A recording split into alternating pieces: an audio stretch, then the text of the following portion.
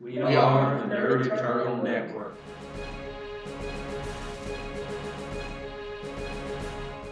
Hello, welcome to the Nerd Eternal. Today we're playing Icons, Crimes, and Misadventures.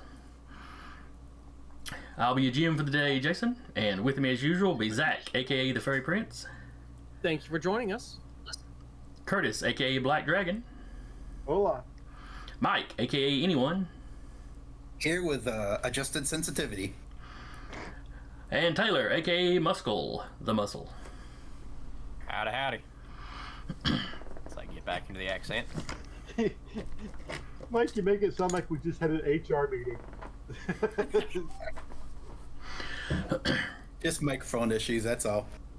Alright, so who remembers what we did last time? Fairy Prince burned his cousin's house down. After he pickpocketed him. After he pickpocketed him and stole his library card and address information. And we also took some dirty books from the library, checked them out under his name, and we have no intention of returning them. Because you're But villains. more relevantly, we shockingly easily minus the night magician getting stabbed by the reliquary, acquired a set of magic lockpicks from the Crucible. I punched an old man and I cried. He did. Your drama coach would be proud. For both things. So yes, you had safely made your way out of Savannah, Georgia. You spent a couple days carefully getting back because you don't know what kind of tracking magic people might have. Now, Tyler, there was something Muscle was going to do, I think you had said.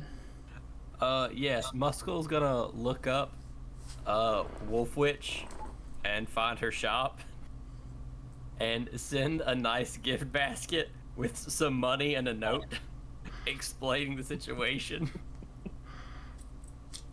and asking her politely, hey, please don't hunt us down for having used, we're totally doing something important. Please don't hunt us down for having impersonated you. Here's $20,000 and some really nice fruit and chocolate. Oh, you forgot the snickerdoodles.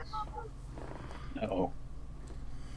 Oh yeah, Wolf Witch was into the cookies, keeping cookies around the shop. But there's no way for him to have known that. Right. Muscle has got to be like the nicest villain ever. I looked up Wolf Witch and found out she's the oldest magician in the United States. You know what? Maybe we don't. Maybe we don't just pretend to be her and then walk away. This seems like it's gonna be trouble later. So let me attempt to pay her off. Muscle's invulnerable, but she might be able to turn him into an invulnerable toad. He doesn't want that.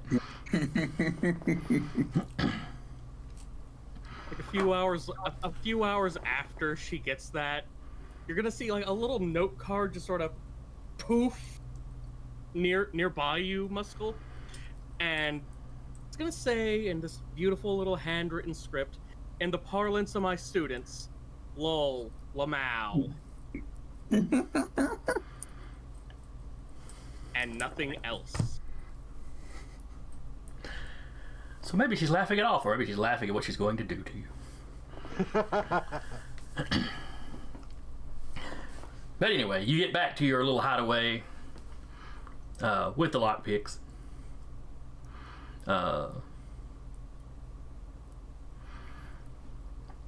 You're able to contact your hacker that you've had working on the files that you stole in Switzerland, and using the lockpicks, you're able to get through the encryption. Does it use the last charge of the lockpick? It does. They crumble away. Ooh. You're not sure if they were working. The hacker's really looking at you funny. But sure enough, they crumble away, and suddenly he can access all the files.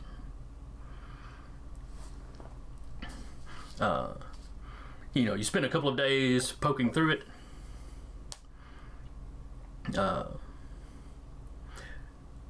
Mike, could you adjust your microphone sensitivity one more time? Sure. Because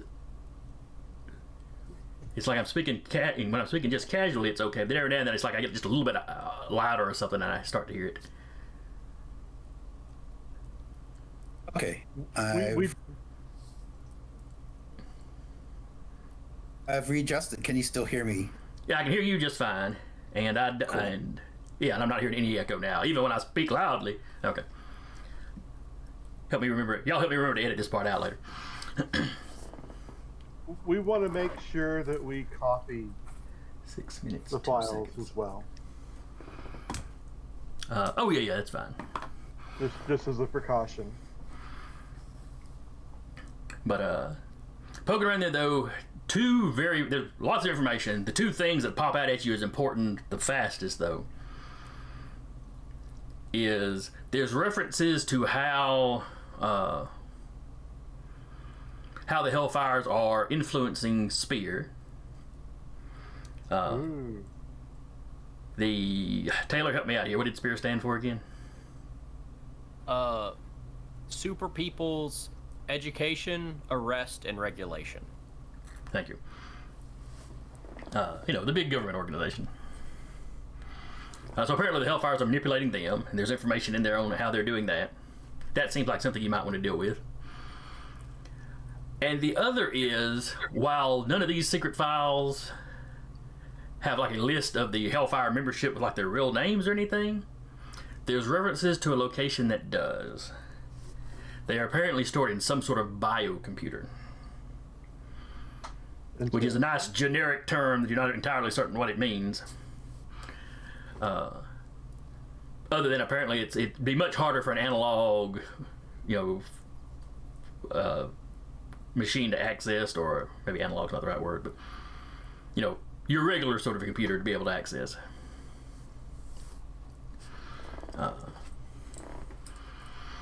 The computer is located in California, while the person that they are blackmailing to influence S.P.E.A.R lives over in Vermont. Is it someone that we've heard of, or is it? Yes, it is a senator.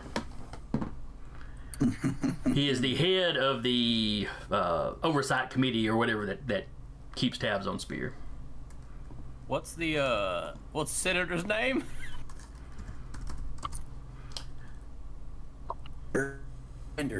Please don't be Grandpa. Please don't be Grandpa. Please don't be Grandpa. Oh yeah, that would be something for him to worry about. But no, it is a senator named Timothy De La Rosa.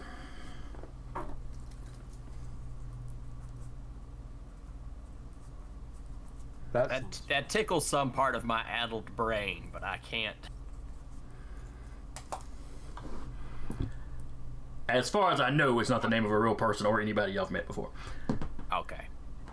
It's just the last name made me think we had like some character with that last name before, and I couldn't. Anything's possible. It's a name off of the 1000randomnames.com, which has become my go-to for naming folks. Fair enough. So Muskell has definitely heard the name. He's probably heard his grandfather reference the name.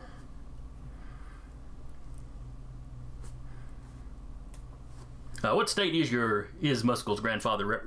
What state does he represent? The great state of Kentucky. Oh boy. What? There's nothing wrong with Kentucky. I didn't. That was not a accusatory. I mean, I just remember that Mitch McConnell. I can't. It just occurred to me. I have no idea who the others. Which is I'm gay. I'm from Oklahoma. We have commercials where you reach the Kentucky line. There's a family in a car on vacation. They go to the Kentucky line. It's like, buckle up, kids. It's the end of the world. No. Rand Paul is the other one. Yeah. Because I had to look it up too. I'm like, wait a second. Yeah, I don't know if I. But yeah. But it was one I'd actually heard of. All right.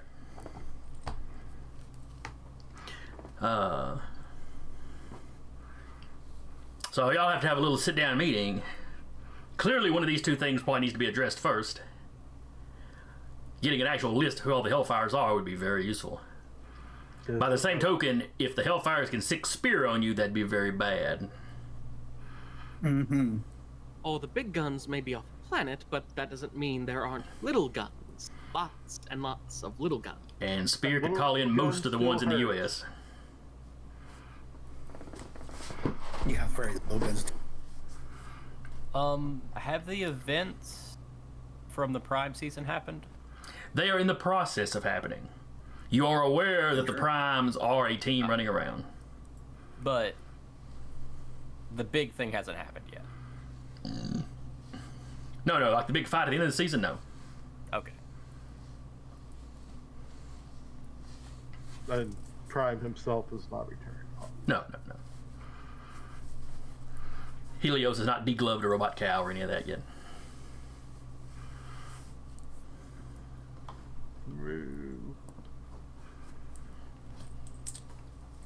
But does it say how they're blackmailing the senator? It doesn't list that.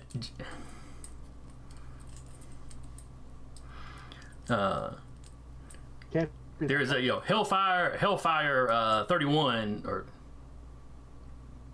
let's go with Hellfire 42 because I know that's not a number I've used already. It's listed as the person in charge of it, but you don't know who that is.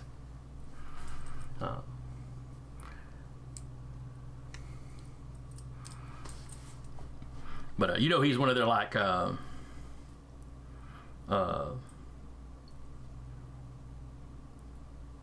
top tier. I'm blanking on the word I was going to use,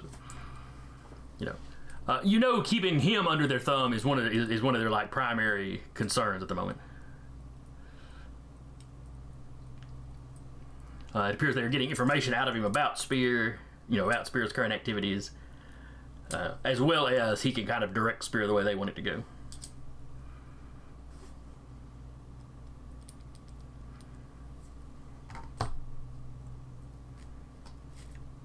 So yeah, it really sounds like this is the particular cable we want to yank out of the wall next.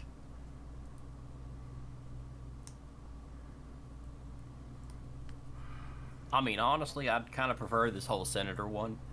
Just because the whole thing of a biocomputer makes me real worried that it's going to just be like a dog with a computer shoved in the back of its head. And I don't want to see that right now.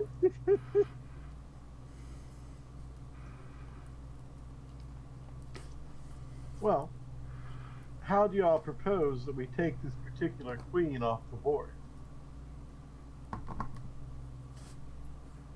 Well, I could probably get his phone number in about like 15 minutes if you really needed it.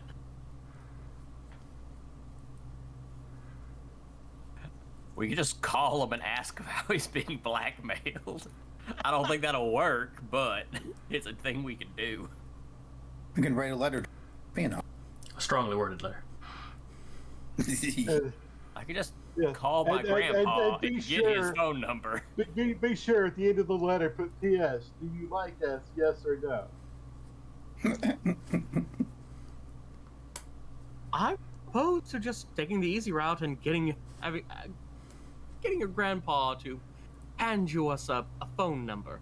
Obviously, we'll still have to travel to meet with this particular senator, but Yeah, we need a phone number and an address, because his actual address might be easy to get, it might not.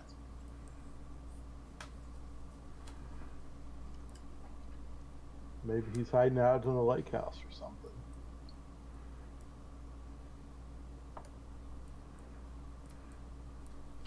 All right. So how are y'all gonna go? So sounds like y'all pick which route we're going for the day. So Muscle, you gonna give your grandfather a call? I pull out a small black book. I crack it open. I go to the initials B and J, and I type in the number.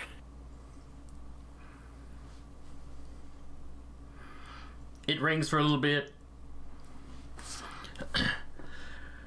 What time of day are you calling? I'll make sure the Senate's not in session. And it's afternoonish. I know he's getting on up in age, so I can't call after like 8 p.m. It rings a few times, well, several times, but... And then there's no hello, there's no pleasantries. It's just, boy, is that you? Howdy, Bertram. Yeah, it's me. Is this a secure line for you right now? Or do I need to hang up immediately? No, the number I gave you is for a secure line. Alright. What trouble are you in now? So anyway, there's this Senator De La Rosa. Tim? Yeah, I know Tim. Yeah, he's being blackmailed by an Illuminati group, and we're trying to get him off the hook from it.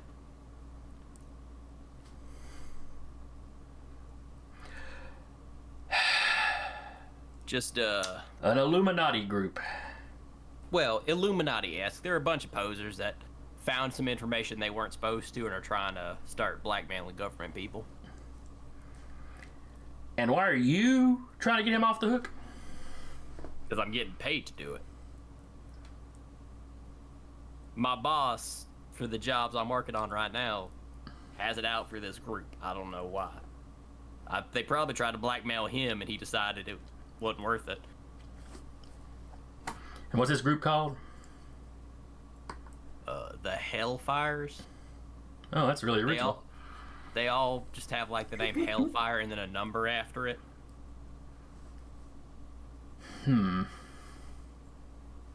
I've heard some rumors about a blackmail group. I had not heard anything about them going after government officials, though I guess that makes sense. So I was wondering if you had a secure number for old De La Rosa or not. For us to be able to contact him directly and ask if he wants assistance. Because unlike everything else, since this kind of involves someone around you, I'd like to be a little more polite than I have been with the other jobs. This fella you're working for now, is he a killer? He's supposedly the third night magician. European kind of magic thief. It was a yes or no question. All records of him, no, not a murderer. All right. Goodness knows. Or at least no- goodness knows. I know you're looking through everybody's records for your stats. Hey, now that there's government-issued superheroes, my book is selling better.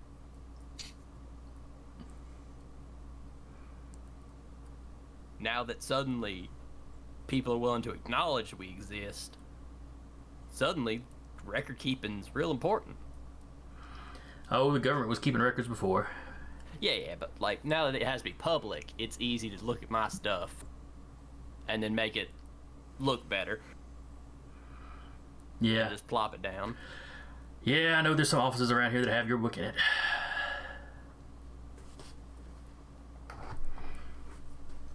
Well, I'm gonna need your guarantee that old Tim ain't gonna get hurt.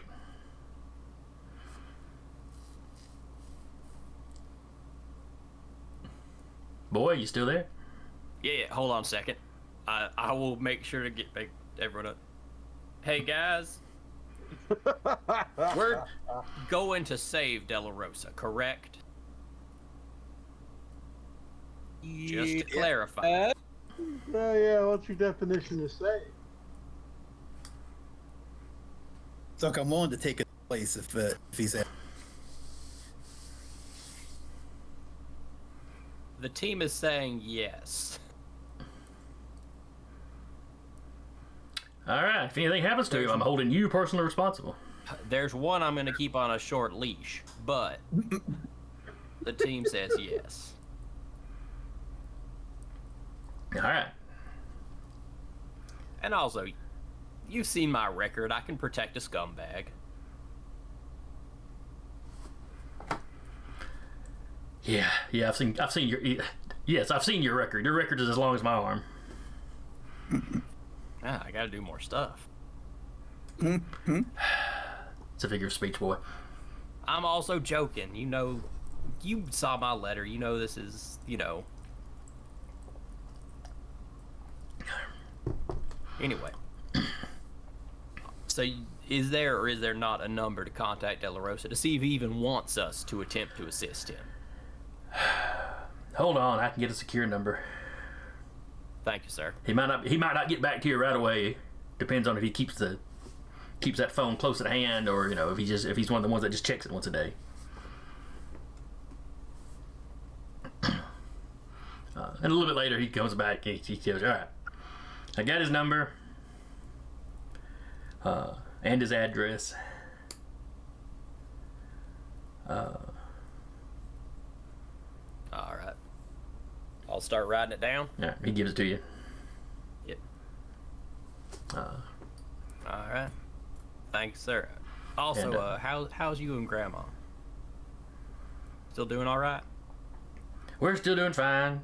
She wishes you'd visit more often. And I have to explain to her that you really can't.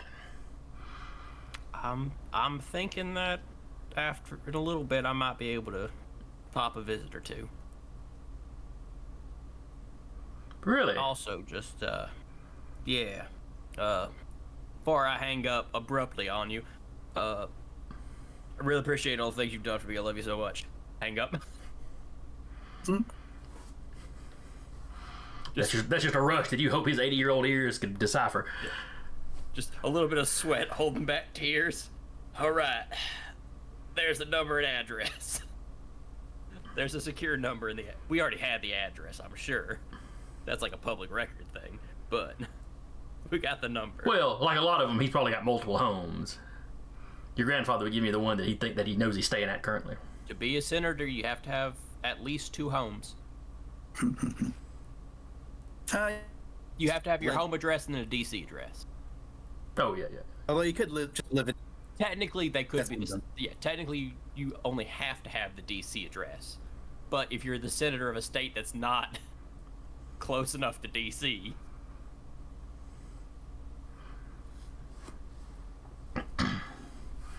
All right, but anyway, so you've got that got information. the number. So, who's making the call to him?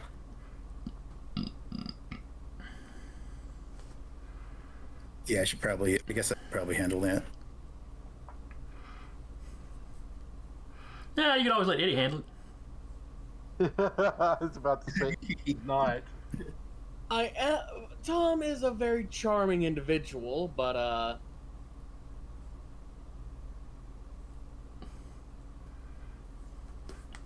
Would you think maybe not the one for this, or?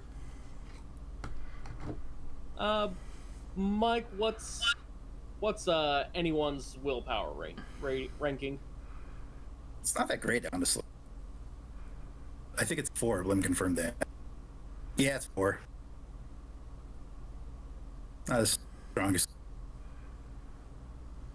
Pretty decent, but yeah, I've got 7, so I can probably get him to do what we're wanting, get out of him what we want out of him, a bit easier than anyone can. Okay. So, I would suggest we do play this once we know it's However, I secure do line. have points of.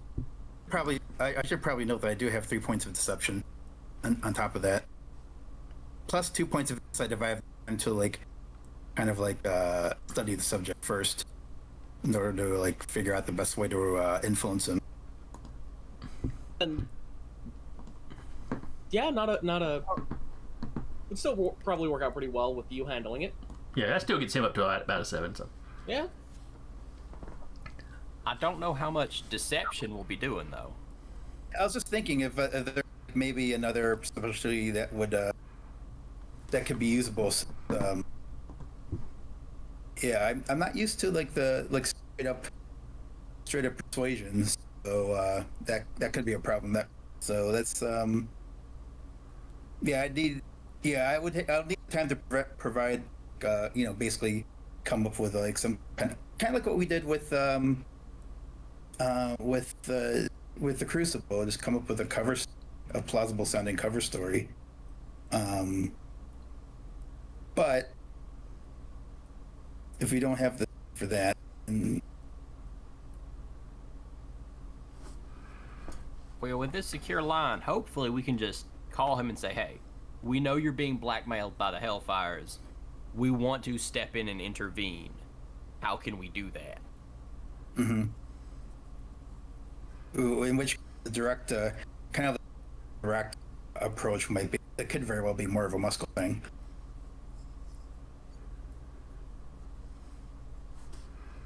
He's actually the most diplomatic out of us.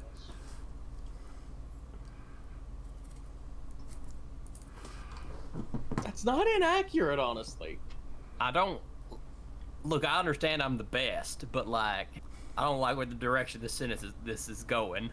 I've already talked to one senator today, and I'm in sweats. Oh, well, in that case, that might be the ultimate determinant, because I don't want to put someone that have themselves past to a point where their disc could actually be a liability. Alright, so it sounds like it's coming down between the Fairy Prince and anyone to be the face of the group for this, or the voice of the group for this. And he's like, "Oh, I'm happy to talk." Edward, I would love to see you do this, but perhaps we should reserve your talents for other situations. Who was it that had the 7 willpower? Was that actually Fairy? That was Fairy Prince, yeah. Oh, okay. Sorry, I thought that was. Oh well, Fairy. Yeah, I mean, Fairy Prince, certainly you've got that preternatural gift of gab about you, so I get why you might be the go-to person for. Also, out of character, anyone's never really been. He was never meant to be the leadership type. It's definitely not his comfort zone. He's just sort of been thrust into it in this situation. Yeah, maybe like a thing, but well, I don't know. Maybe I should take that because he is supposed to be like the social interaction piece, but he usually goes about it by through the pretend to be someone else and pretending to be himself is. Oh, I wonder if I took it on. I wonder if I might actually that might be. I might ask to handle this myself and then actually go back into anyone. Because this is kind of like. Yeah, because that might not be Are you gonna dress up as someone and then call him? Oh, no, I was actually going in for my, if I've never, I assume I must have some kind, even though I rarely use it.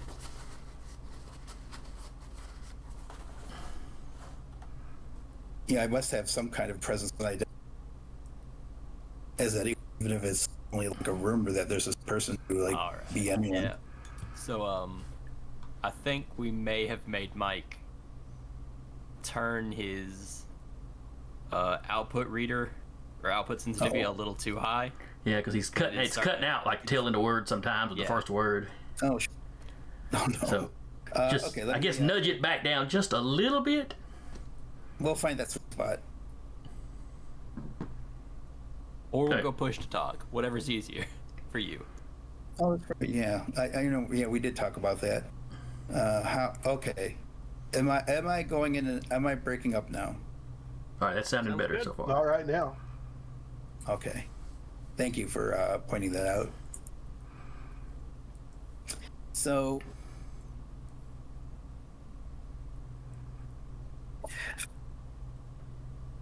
I mean, yeah.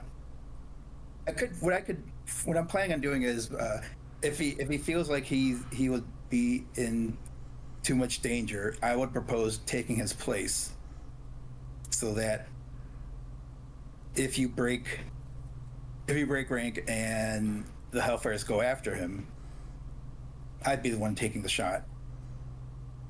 Sure. You know, like the whole human target thing in DC Comics, which is kind of like one of the big inspiration points for this character. All right, that sounds great, but we still need to get his permission first. So, is Right. one of you two ready to call him? I'm ready to call him. All right, and I slide the paper I've written the number on next to him, and I go and I sit down, just sip it on some kind of something aid. All right. I'm gonna want to make this call solo if that's all right with everyone.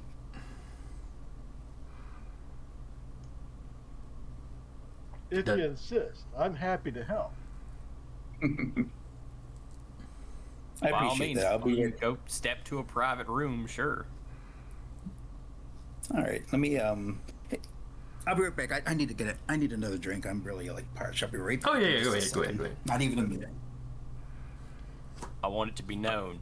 The moment he steps into a private room, my ear's on that door. Do you have enhanced hearing? Nope. All right. Let's try this now.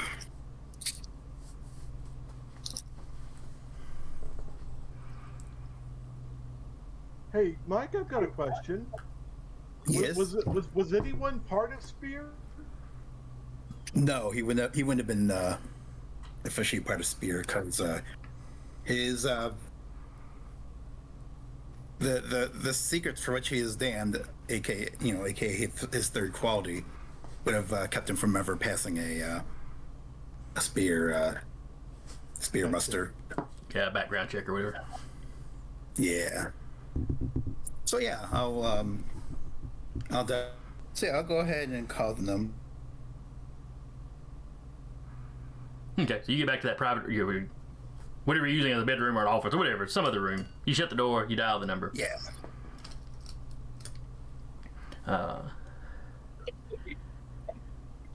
It rings for a couple minutes. Like does it go to messages? Does it hang up? Eventually, you get a guy on the line. It's got a slight New England accent. At least I think that's what Vermont's got. Interesting. A New Zealand accent, you say? What? No, Vermont, New England. Oh, I'm sorry. I think that's what they have in Vermont. I knew New Zealand was behind this somehow. No. But he's answered the phone. De La Rosa. Yes, I'd like to speak with the senator.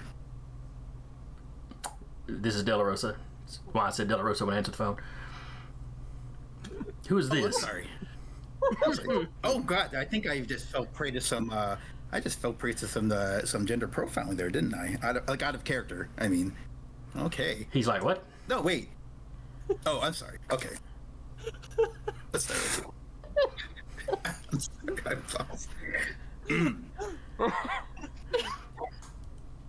There's a pause.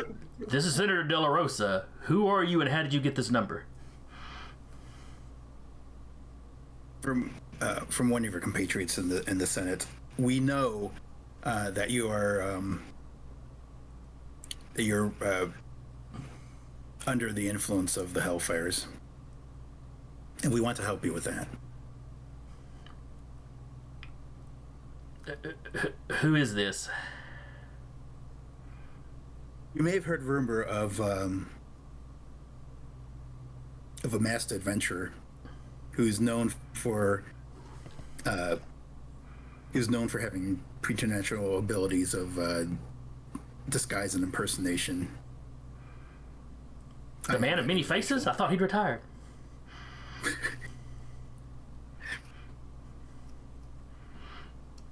I've never adopted an official name, but I've been referred to as codename anyone. NE1. That's how he pronounces it.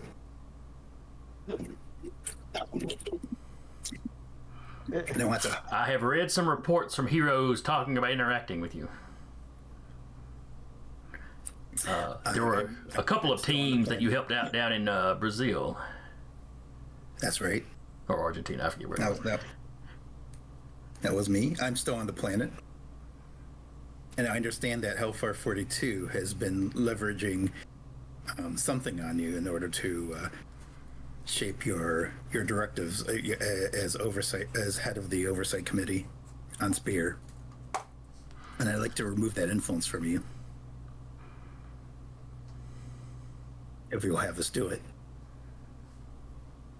We have no interest in applying leverage upon the exercise of that authority to our will. We just simply want to free you to exercise that authority as you see fit, and for no other reason.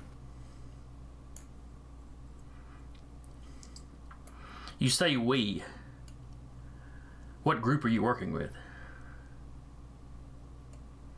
Not an official group. It was just a group of special abilitied individuals who I've put together for this purpose of neutralizing the influence of the Hellfires, the growing influence of the Hellfires on society. We don't have a name. In fact, they don't even know that I'm anyone.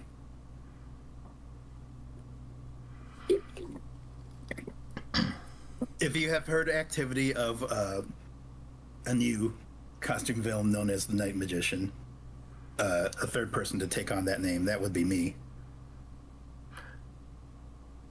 European villain that's been running around the U.S. Yes. I didn't realize I was European. Did I actually mention that at some point? I thought somebody's been saying it. I thought it came from you initially, or I think that at least that the original Night Magician was European. Oh, okay. I see. This is exactly why I've got to nail down that background.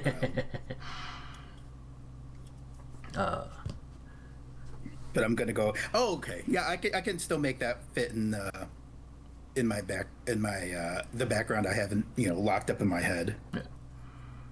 It's not that anyone is European. It's that the Night Magician was European. Oh yeah, yeah. The Golden Age Nocturnal Magician. I envisioned him as actually being from Harlem, but a lot of those vaudeville performers at the time did claim to be from Europe in order to have that exotic mystique about them. Mm-hmm. So I think that works. Anyway. So anyway, yeah, he has heard of you. When you mentioned the current Nocturnal Magician, Night Magician, whatever we keep calling him, I think we've been getting his name wrong the whole time. Yeah, you kept calling him the Night Magician, and I just kind of rolled with it, saying that maybe the actual modern day version called himself the Night Magician, and then it's him that I've been impersonating. But yes, when you mention that villain name, he's been getting reports of you, active in Seattle, active in Savannah. Well, actually, I take it back. He wouldn't know anything about anything that went down in Savannah. Mm-hmm. But yeah, active in Seattle, active in Oregon, of all places. Yeah, I'll explain that. Yes, it is in that using that alias in which I have acquired assistance. Not assistance, but assistance, because I certainly wouldn't refer to my new friends as my assistants. But or would you if you're a magician? These are my beautiful assistants. Watch me pull a black dragon out of my hat.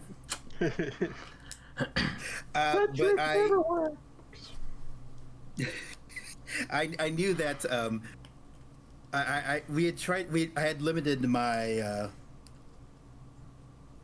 my work with recognized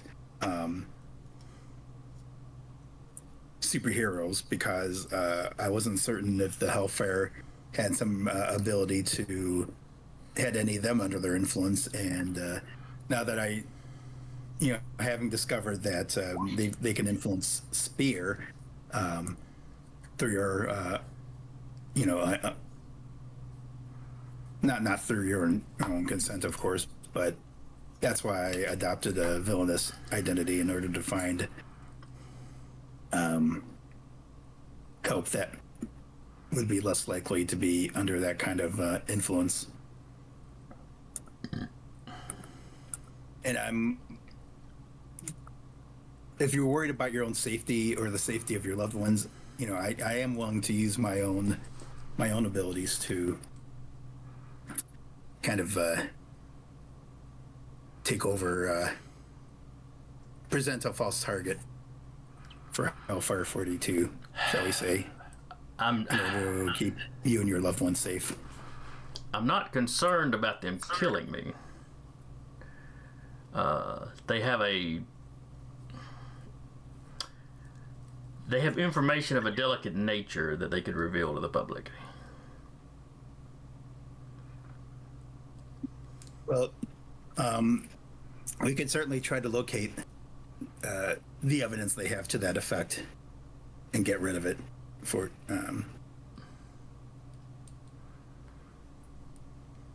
if you're willing to you know, trust us and let us help you.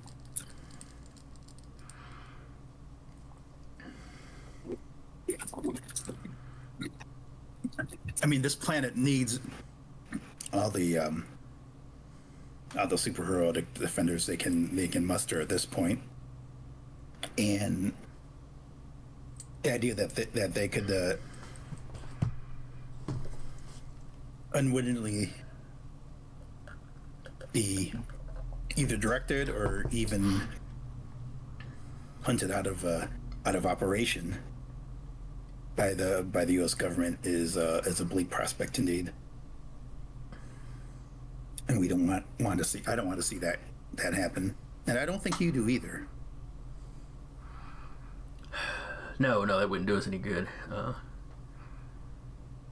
Crackdowns on superheroes has never worked well, because who do we have to stop the villains then? You know, we like to think we can build the tech to do it, but that never works out.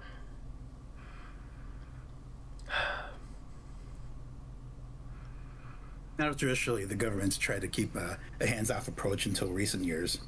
Yes, that, and I hope that mind control satellite put an end to that.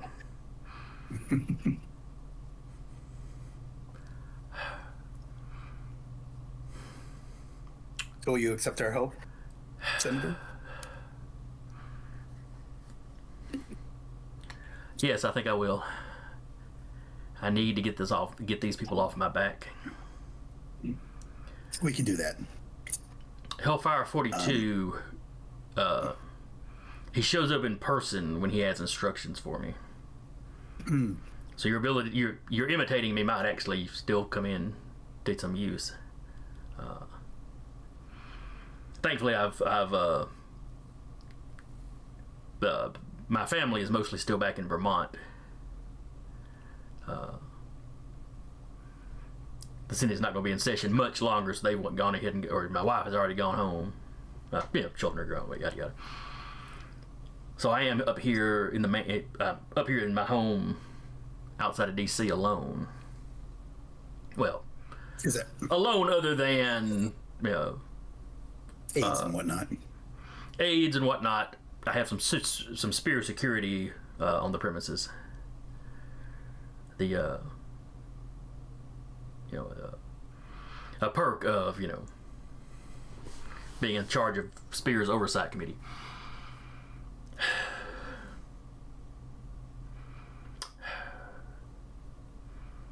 We could meet in person to talk about it. I mean, this line is supposed to be secure, but who really knows about such things? So, the 10 and the 7 I rolled was on trying to sneak around and trying to listen. Mike will in fact open the door, or anyone will in fact open the door and see just Muscle on the ground, ear to the gap, just listening. All right, Mike, where did you cut off? What was the last thing you heard me saying?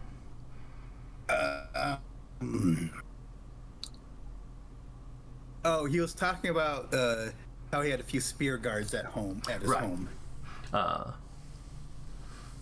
So yeah, he would like to meet you in person to actually hash out a full plan.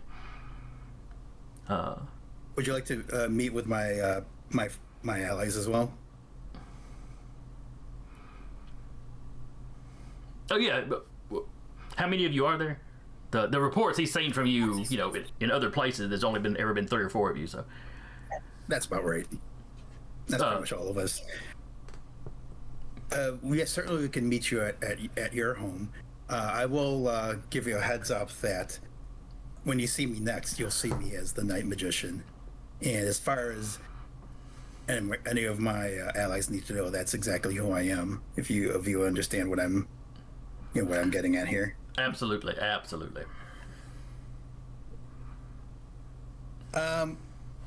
Can I make a insight check just to see if he does exactly as willing and cooperative as stating to be? Sure, go ahead. Okay, let me see if I need to make a. Yeah, let me make an insight roll here. Let me just set that up in the role builder. It's gonna be awareness plus 2. Awareness, right? I believe it should be. I'm pretty sure it's willpower is usually thing. your social interaction, but you're kind of like listening for tone of voice and stuff. So yeah, let's go with perception. Yeah, let's check. Yeah, let me just confirm that real quickly because that's a fair point. Oh yeah. If you think if there's a specific rule in the book, by all means. Insights. Oh, that's an origins skill or specialty. I wonder if anybody ever made an SRD for the assembled edition. I know the first edition there's an SRD online that might be easier to search. It actually doesn't state a. It just says add your specialty bonus to tests, so it remains up to you what I'm actually testing with. Go ahead and use your perception. Or awareness, excuse me, awareness. Here we go. Alright, 7 is the number to beat. So you got a massive success. Yeah.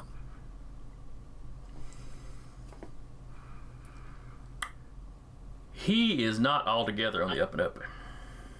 Okay.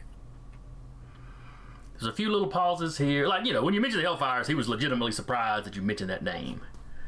The whole, telling him you were anyone, that surprise, that was legitimately surprising. The whole Night Magician thing is legitimately surprising. But you feel like there's a undercurrent, there's something making the hair on the back of your neck stand up when he talks about, like maybe he's bringing you in to visit him in person. Mm-hmm. Like maybe he's not necessarily an unwilling partner in all this. Possibly. Could be. Might be that he's too scared to actually go against him and could be luring you into a trap. Gotcha.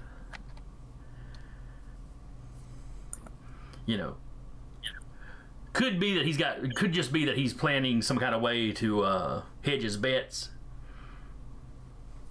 You don't know exactly what it is, but you're not feeling real trusting of this guy. Well, I mean, he is a career politician, so that is fair. Not to say that in a necessarily cynical way, but he's not just going to be some leaf to be blown about in any direction by the wind. He knows how to operate in situations like delicate situations like this. So I'll be prepared. I'll try to be prepared for anything, and let everyone else know about that as well. But in the first, I guess I'll just wrap up the call by arranging a time and a place to meet with him. You arrange a couple days from now, because y'all have got to get to Vermont and all that. Or excuse me, his house. This is his house outside DC. Y'all got to get over close to DC. So yeah, you get a time and a date. He tells you, the guards at the gate will be expecting you. He gives you he just gives you some random made up name to give them at the gate. But they'll be expecting that name, and they'll know that's somebody that's supposed to let in.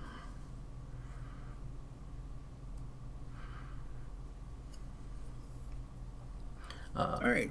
With that, I'll just bid them a good evening and then get back to the group. I don't suppose I could.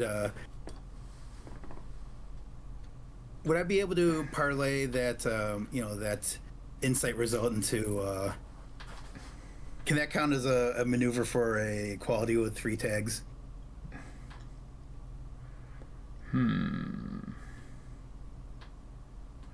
Or is it simply the information gave me the sole result from that check?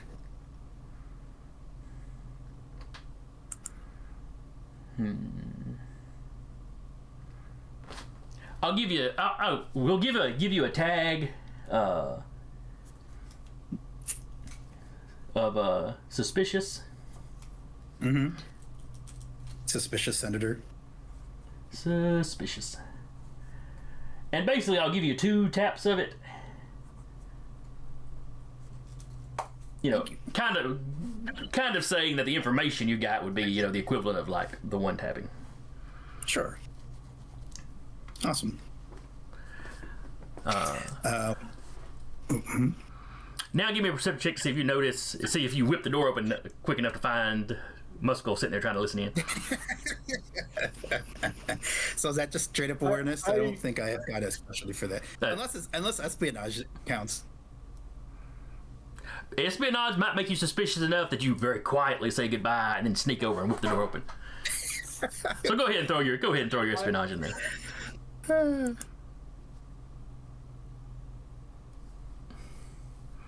1d6 plus 5 plus 3. All right. So Taylor, you had said those 2 rolls you gave. The 10 was me trying to be sneaky about it. The 7 was my full awareness. So yeah, you open the door and just see me my hand against the door with my ears. Hey, can you please fall in on his face?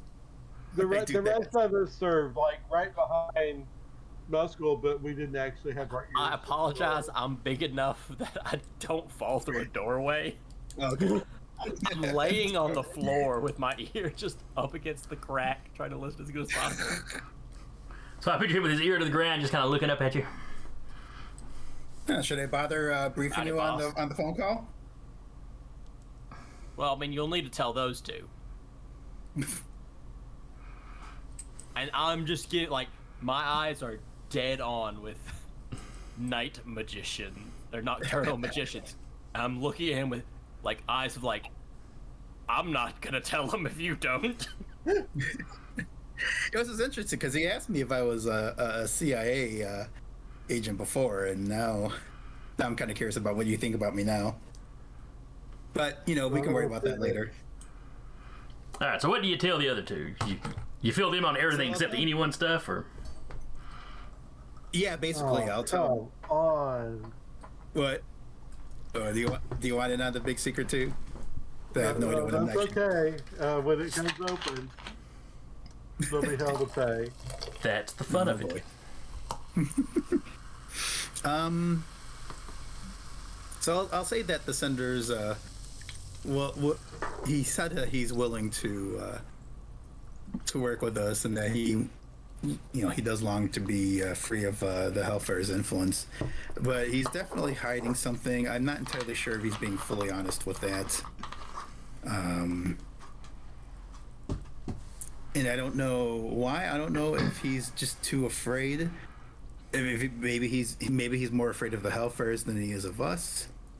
Maybe, for all I, it's not impossible that he's actually fully on board with our plan, and he's setting us up for an ambush. So we definitely need to keep our eyes open. But we are to meet with him at his DC home, and under an he gave me a name to present to the guards, and he will have at least a few spear guards with him, along with the possibility of some aides, you know, working on his Senate business.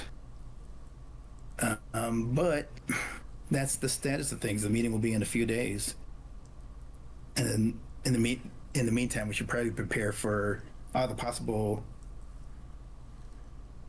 surprises he may have waiting for us. If you all have anything that comes to mind that we might want to be prepared for. My only thoughts are that it's probably a bastard child that he actually cares about. It usually is with a politician, or anyone of status.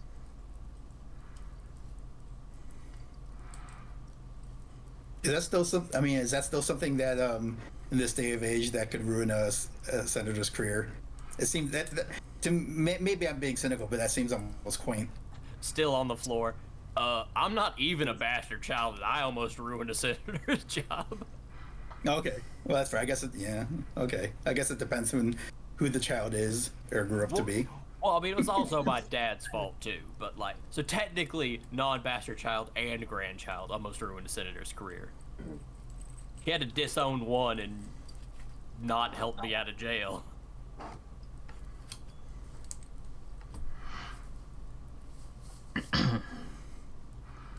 I'm just wondering if the fairy prince is talking from first-hand knowledge. Huh?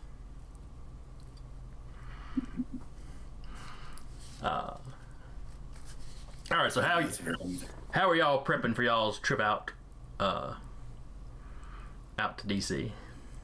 His DC home, is it like a brownstone in downtown DC, or is it like something out in the suburbs? It is out of the suburbs. It's like a small mansion out of the suburbs. Okay. He's actually got a little bit of property around him. Yeah, it's most likely to be Northern Virginia then. Mm-hmm. Well, that's good. It would be, at least it'll be less dense encounter area than the DC possibility, because that get real messy real quick.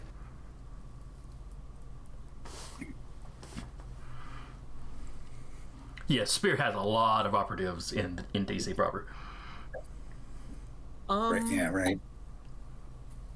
I suppose we should start reviewing like video footage of public appearances to see if we can't spot any, incognito known cape or S.P.E.A.R operatives that have just been hanging around him. Probably a good idea. Yeah. Okay. Start with the senator's own website, and then branch out from there. Like that'll work.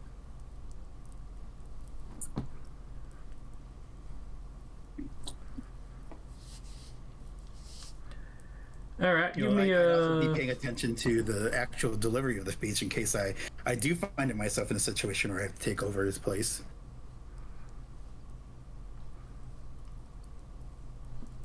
All right, so any of y'all that are gonna take time to research the man, give me an intellect.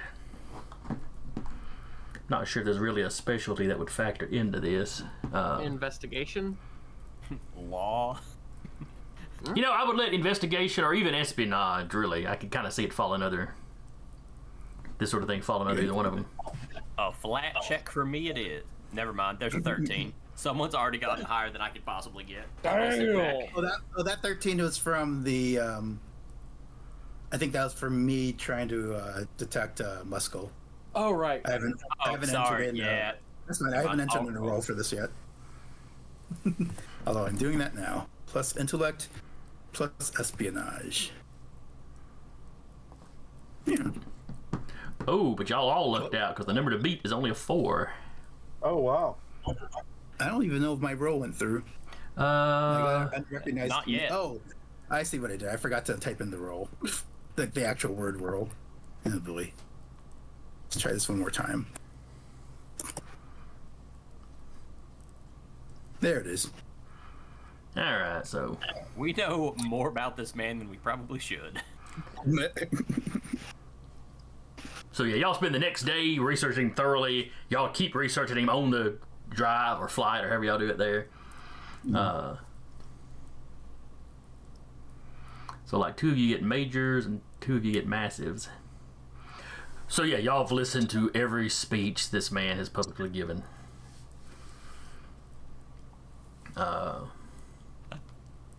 Tom contemplates hanging himself. Hey, Right. I was in the background of this one. You can see me right there. Wearing my little suit. Aw. Yes. Yeah, I was there with Grandpa every now and then. Yes. Timothy has not been in the senator business as long as Muskel's grandfather. But he's been there for, a decade and a half, or long enough that Muskel was still a kid. In Timothy's early days. I was still big as all get out. There was no hiding the super science.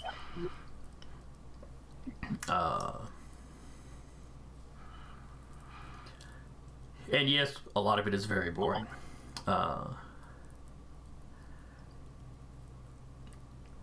Only the last couple of years has he been like heavy into superhuman legislation. Basically, the events of the last few years has pushed that up very kind of the front burner of the stove, so to speak, as far as politicians are concerned. Because the trying to ignore that superheroes existed, stopped working. But so you get his mannerisms down. You listen to not just speeches but interviews. And let's see, Mike, you got a massive. Anyone notices some of the speech pattern is different from what you had on the phone? Mm-hmm. Oh. Well, I'll mention that to the group right away. I mean, the voice sounds the same, but just the exact way he speaks is seemed a little off. Now, that might be that even in interviews he was putting on kind of a professional. You're not certain that that's really anything suspicious, but it's something that's bugging you. Okay. Then maybe I'll keep that one to myself just for now. But I already told them to be suspicious. They don't necessarily need to know about this particular tidbit, especially if it could be something relatively innocuous.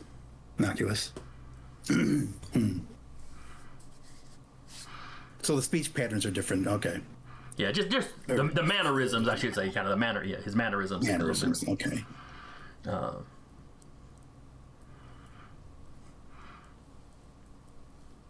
mean, not that I would know that from the phone call since there wasn't a video conference. Yeah. You're right. Speech pattern is probably the better way to phrase it. The rest of you watching the videos, you see 1 or 2 interviews of his more recent interviews where his mannerism, the visual mannerisms you can see from him, are a smidge different. Like not where you would notice it, except that you've been studying him so intently for the last couple of days. And it's not his every current appearance or his every recent appearance. It's just some of them, and always ones where they're talking about. He's kind of been pushing to broaden S.P.E.A.R's jurisdictions. Basically broaden the organization's power in general. At least temporarily, while so many heroes are off world. Mm-hmm.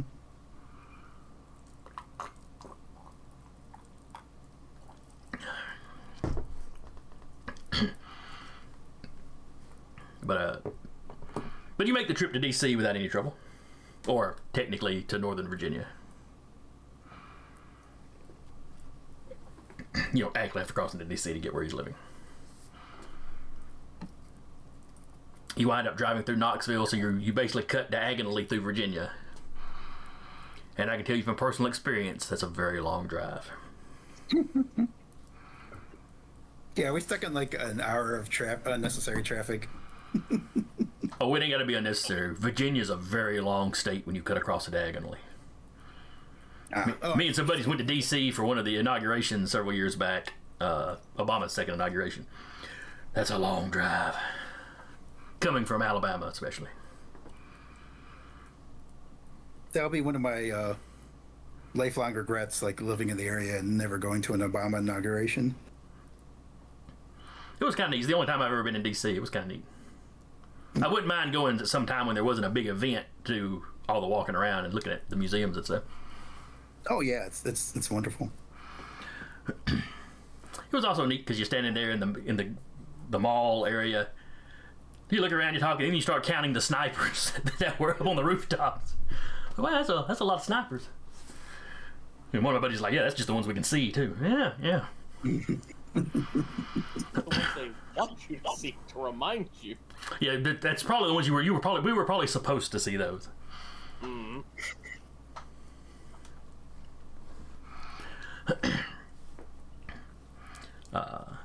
So anyway, you arrive in the area. Do y'all just rent a hotel, or y'all take the time to like set up a safe house? I would just rent a hotel because ideally we're not going to be here long enough to need a safe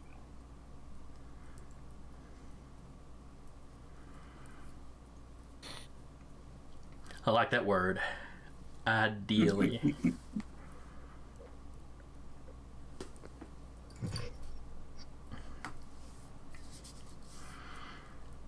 But all right. So is there any prepping y'all are going to do before you just drive up to this dude's house?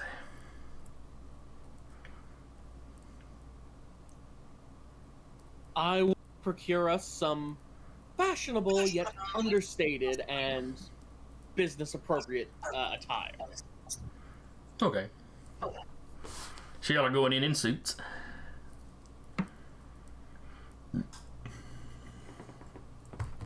We want to look respectable. Then I assume you basically drove using your van that you've been using, but...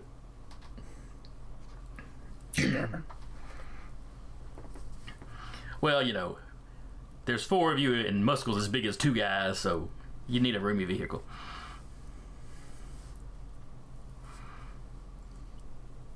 Drop that off at the mechanics at some point. We're putting a lot of mileage on it, and it's not exactly the most up-to-date vehicle. What? It's got holographic technology built inside. This is a very fancy van.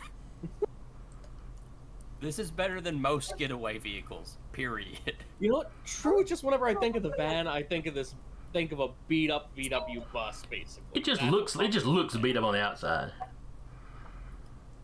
You know, it's anyone's van. It's the any van, you know. Yeah, the van, right. Oh, now I'm picturing anyone with, like, Inspector Gadget's Gadget Mobile. We just change into whatever kind of vehicle you need.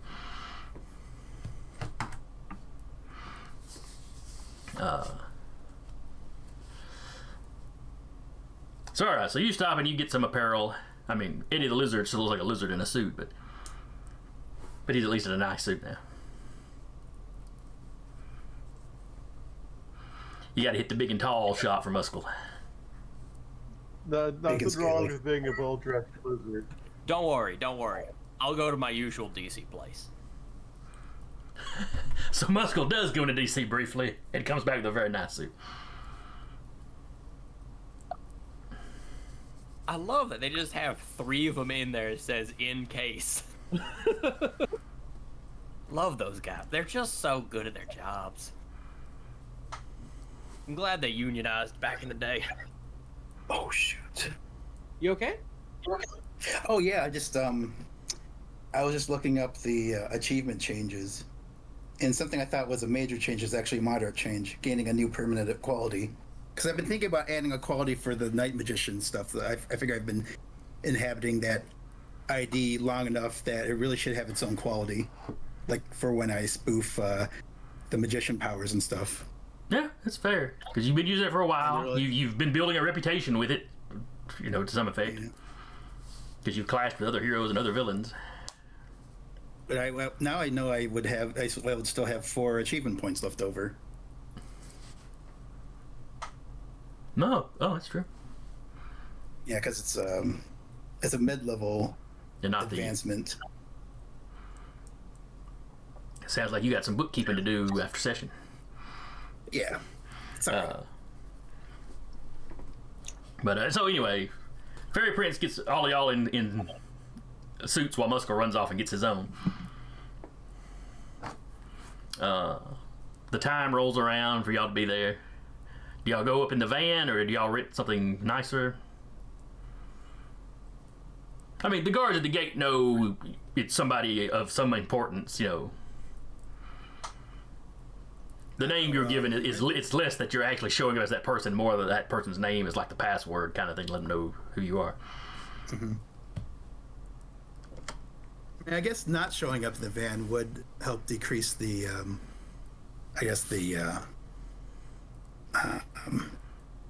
that'll be one less opportunity to connect that van to us if, and We're maybe compromised. yeah, and that might be more exposure than the exposure of actually doing the paperwork to acquire said, like renting a town car or whatever. And what do y'all think? I'm down for Works for me. renting a little SUV or something. Something whatever can fit Muscle in it. Oh, We can gotcha. get- Right. We can get a rickshaw. What? What? We can Actually, get a probably could. rickshaw, and I'll just tote y'all around.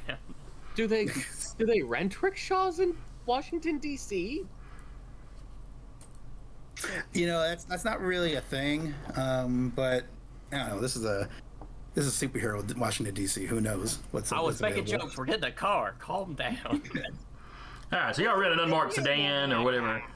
I like how y'all suspect I know a secret rickshaw shop in D.C. just so I can buy a suit. My goodness.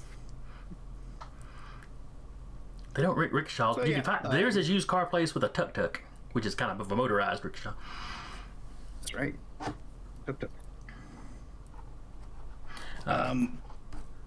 So anyway, you Will a town car be big enough, or should we just go for the full SUV thing? For the full SUV. Muscle could probably fit in one. I mean, he's acted as your driver before. It just wouldn't be a comfortable for like long term cross country driving. Yeah. I'll drive with my head touching the ceiling of the car. But so anyway, you get that. You pull up. There's a guard at the shack. And the guard in the shack is dressed like your typical security. Though up close, you notice that he has got a definitely not typical security sidearm.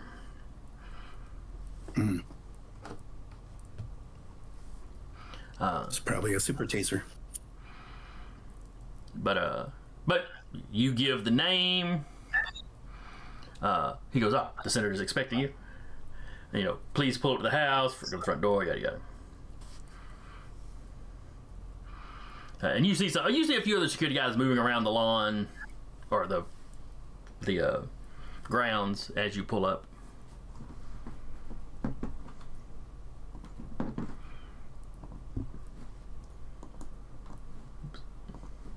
Well, we're here. Look at all this fresh, beautiful grass. Right.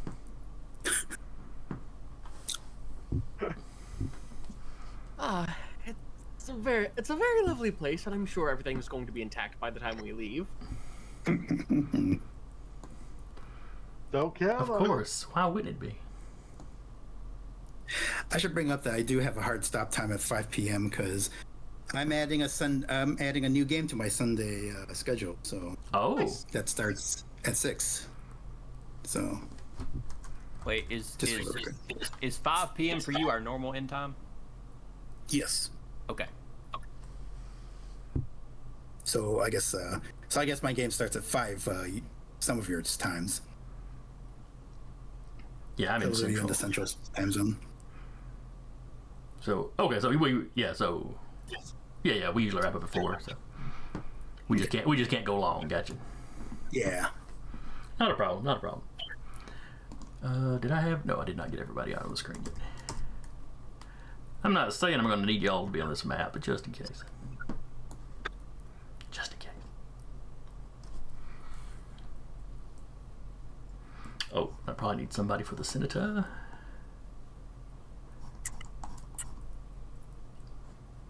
Oh, I see a bearskin rug. This place is fancy. This feels like it was taken from the board of a very niche edition of Clue. And that is not an insult. It's a very nice map. Yeah, I got it off drive-through this morning for like $1 or $2. But it's like, I've got, you know, the ground floor here and the upper floor and the attic and the basement. And it come gridded or ungridded. Very nice. I like the electricity pool. It really adds to the mystique. Don't fall in. Somebody really liked that joke. It looks like the background to the video for the Talking Heads song. Oh god, it does. Once in a lifetime. You can see him slapping his forehead right now. I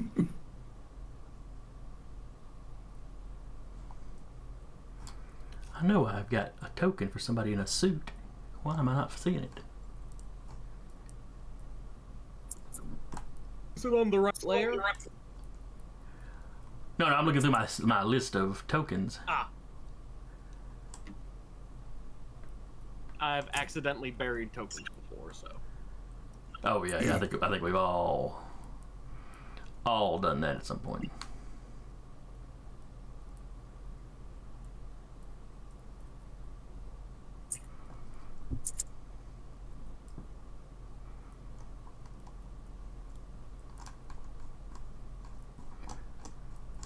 But I had this whole list of civilians somewhere. Oh, there it is.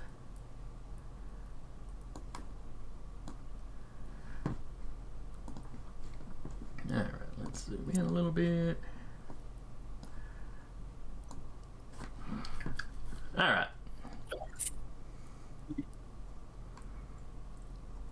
So y'all are pulling up. Are y'all doing anything as you're pulling up? I'm I don't following think the any- rules. Glance around and, see if, try to spot any cameras, obvious or hidden. There's a couple of very obvious cameras. You don't really even have to roll for that. You can roll to see if you can spot any hidden stuff.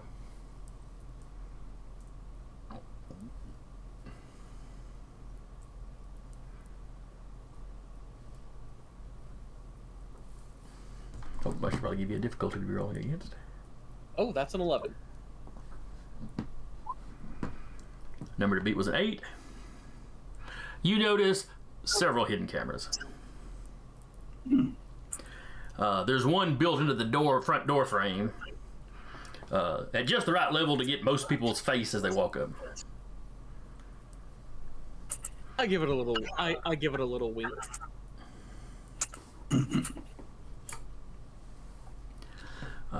As you approach, the door opens. There's a man in. Oh, would he be in a typical?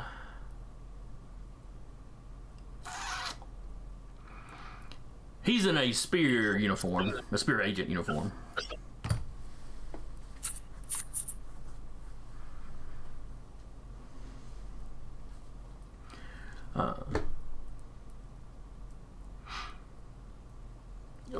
Please come in.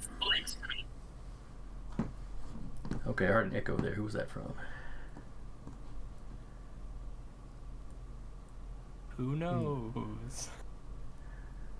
Well, I didn't look over to see it.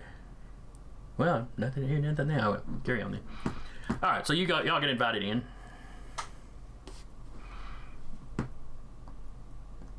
Well, okay. Y'all follow the officer in. Nice place you got here. He didn't really respond to that. He just walks you back here to the living room. It's probably the best place.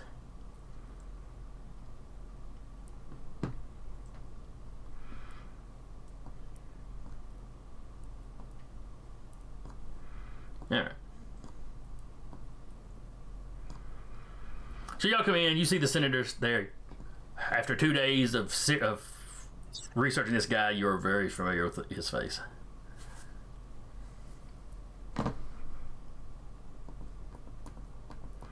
This is definitely the guy you've been researching. He goes, hello, night magician. He walks forward and shakes anyone's hand. He kind of looks at the rest of you. Taylor, what's Muscle's actual name again? Kelvin. Kelvin. He calls Muscle by his name. He does not take your super strong hand. He just sort of nods at you, Kelvin. Senator.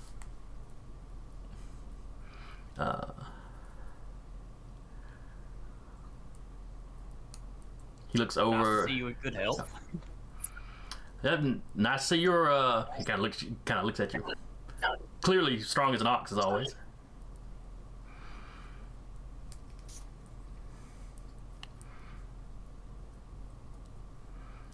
If I don't miss my guess, this is the Fairy Prince and the Black Dragon. My name precedes me.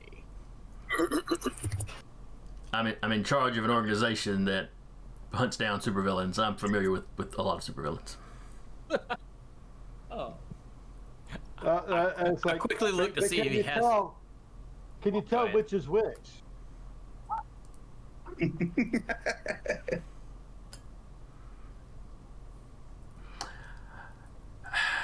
I could take a shot in the dark.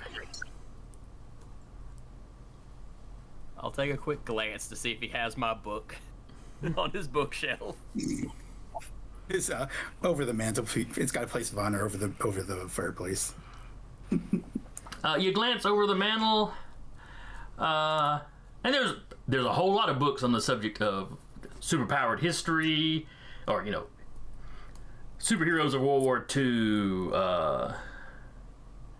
There's an unauthorized, The Life and Times of the Primus, which was an unauthorized biography of the Primus. Oh boy. No one in the industry really takes that one very seriously. What's that?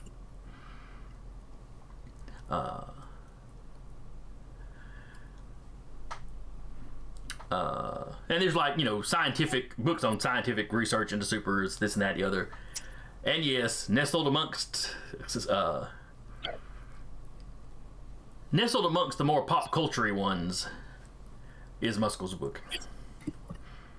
What was the title of Muscle's book?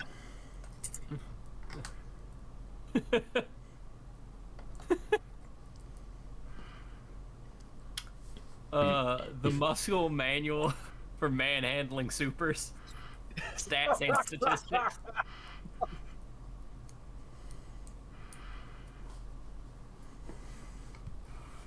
The cover's just a photo of Muscle beating the crap out of a lesser-known superhero.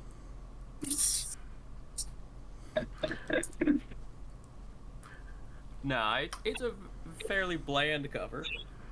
Not to be confused with Manhandling Supers, the slash fanfiction website. There's a lot of me on that one too, to be fair. Undoubtedly.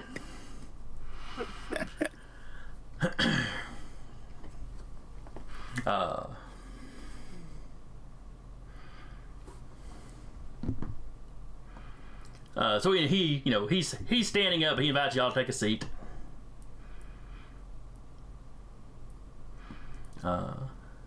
Can I go ahead and pop a quick X-ray vision and just look around to make sure we're not walking directly into a trap and about to get half murdered? Sure. Do you have to roll to make sure the X-ray vision works, or does it work and then you roll to see if it burns out? After it works, I have to roll to make sure it can stay. Gotcha. All right, give me an awareness roll. The difficulty isn't high because you're looking through walls. Is that Wow, the 3 is the challenge? Yep. It's only a 2 difficulty, and I rolled a minimum of 1, so 3. Ooh, I gotta see. So low rolls for everybody, but you still came out with a major success. And it burns out. So you won't be X-raying After I'm anything done with else. this round to double check.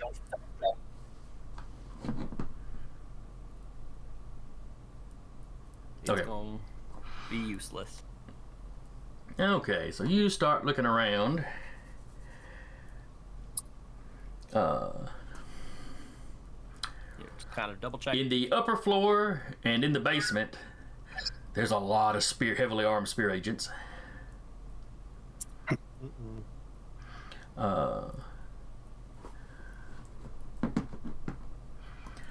Out in the back patio here, by the electric pool,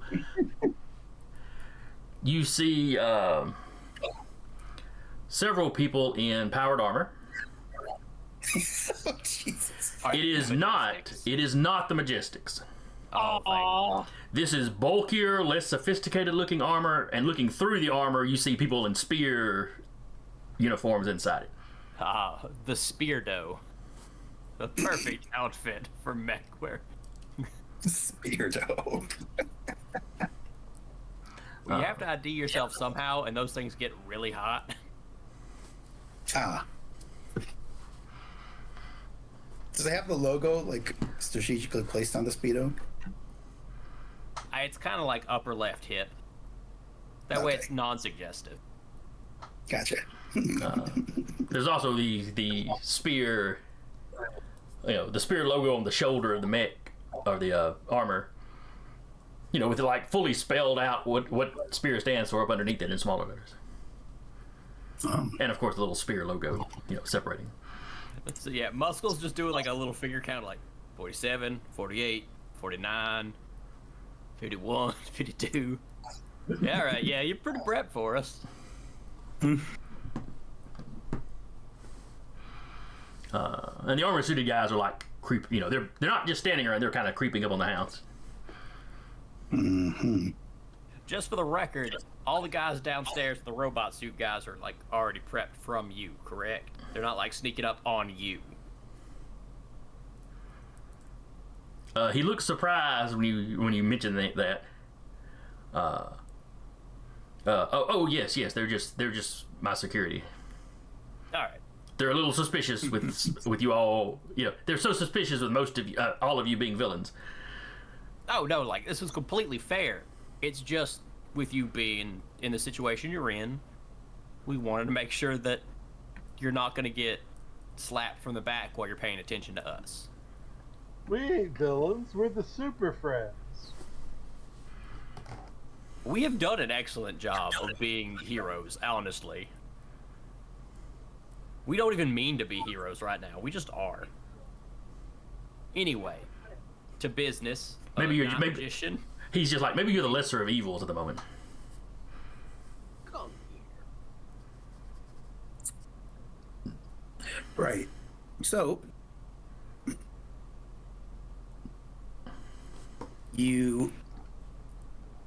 let's see. I know there was a lead he had told us about in our initial conversation. Oh shoot. All right, he had told you they had sensitive information on him they could release. That when they wanted him to do something, Hellfire 42 would arrive in person to give him his instructions. 42 does not trust phones or radios or anything like that. Gotcha.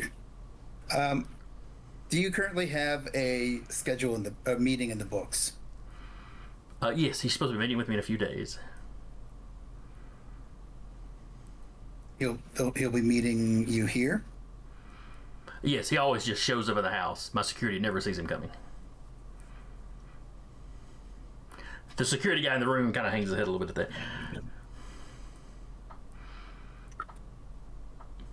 So I'll turn. Well, I probably, I would have mentioned that ahead of time. As a group, would we have agreed that this would be a good time to try to apprehend Hellfire 42? Is that what we wanted to do, or did we want to do something else?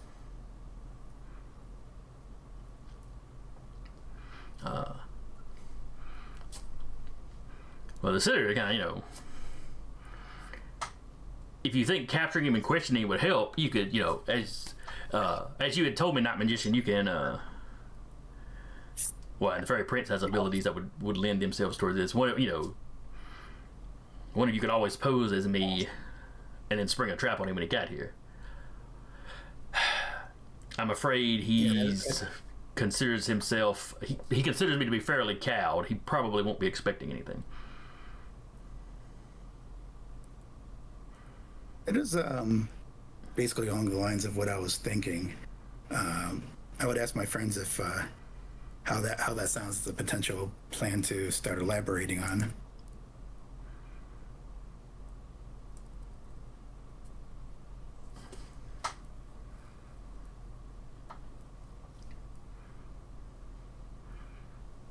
Okay. What? Any of the rest of you have anything to add?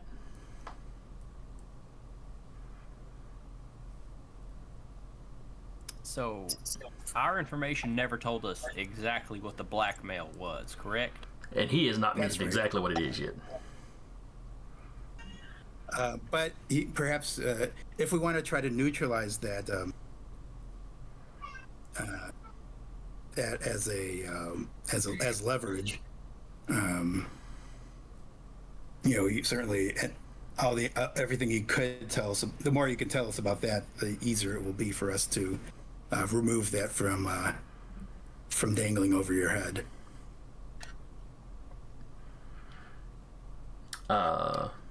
Well,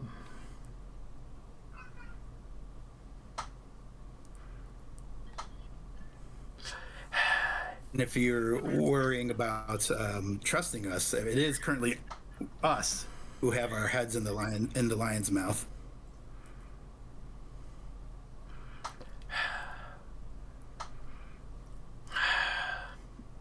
he's mostly looking at Fairy Prince and Black Dragon. It's kind of, I know Kelvin's not the blackmailing sort exactly.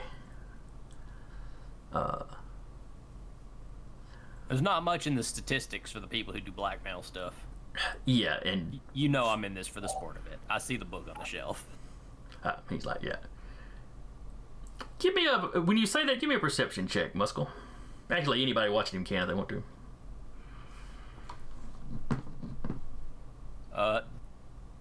Do I get a bonus for history, heroes, and villains? No, this is just something. Okay, straight up awareness roll. Hey, you know Ooh, what? I got a 10. I got a 9. Hey, check me out. I can do things this episode. I only generated a 6, so it's going to be up to you two.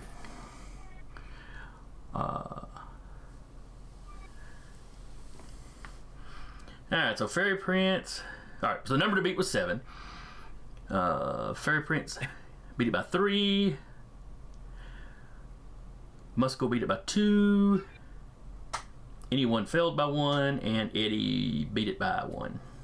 1. So Eddie, you see the senator,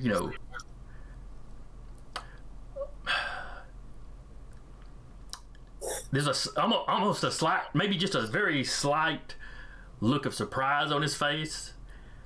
And he looks over at the shelf. The other two, it's like he didn't know that book was there or was surprised that book was there. Oh no. And he's like, oh yes, of course, the book, yes. And for those of you that beat him by more than 2, yeah, that's him covering that he realized he's made a little gaffe there. Out of character, what is the gaff? Just for the purposes of note taking. Musco mentioned. No. He mentioned, oh yeah, I see you have my book on your shelf. And he looked surprised, looked over the book, and then tried to cover, oh yes, you're right, your book, yes.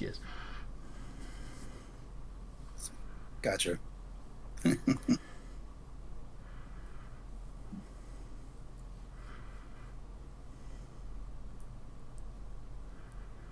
So anyway, how do we want to set this trap up?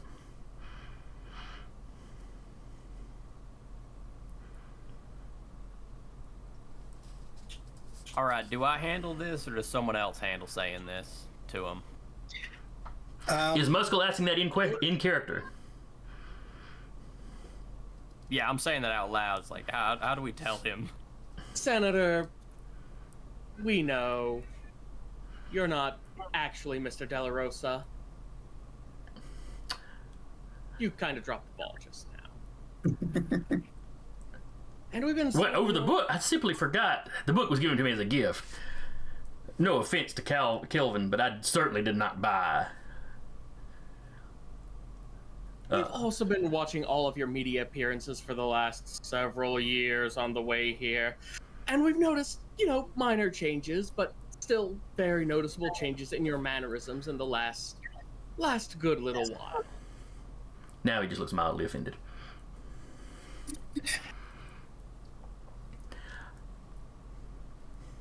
I don't know what you're saying, and if this is about to lead into some threats, I would really rethink that, considering the forces I have immediately at my disposal. While he's talking, there's a beeping coming from a beep, or think of it kind of like a cell phone alert, a Discord alert. Then you got a text alert, that sort of kind of beep. And you got the fireplace, you got the bookshelf above it where the aforementioned books are, and then you had like a big painting up above that. That painting starts sliding up, and you see a computer screen or a monitor behind it. On the monitor, you see a blonde man in a suit. He seems a little alarmed. Senator, we're having an incident at the farm. And he's behind this man is another big setup of computers. There's somebody working on it. And in the screen there, you see a costumed individual that's like just down, like looking right in the camera. Muskell, you keep up with heroes. This is a relatively new hero named Helios. Hey, it's one of the primes. And, when he straightens up from the camera, so you're not just seeing Helios' face up close, it looks like he's standing in a pasture. You're not sure what the camera is mounted to, but...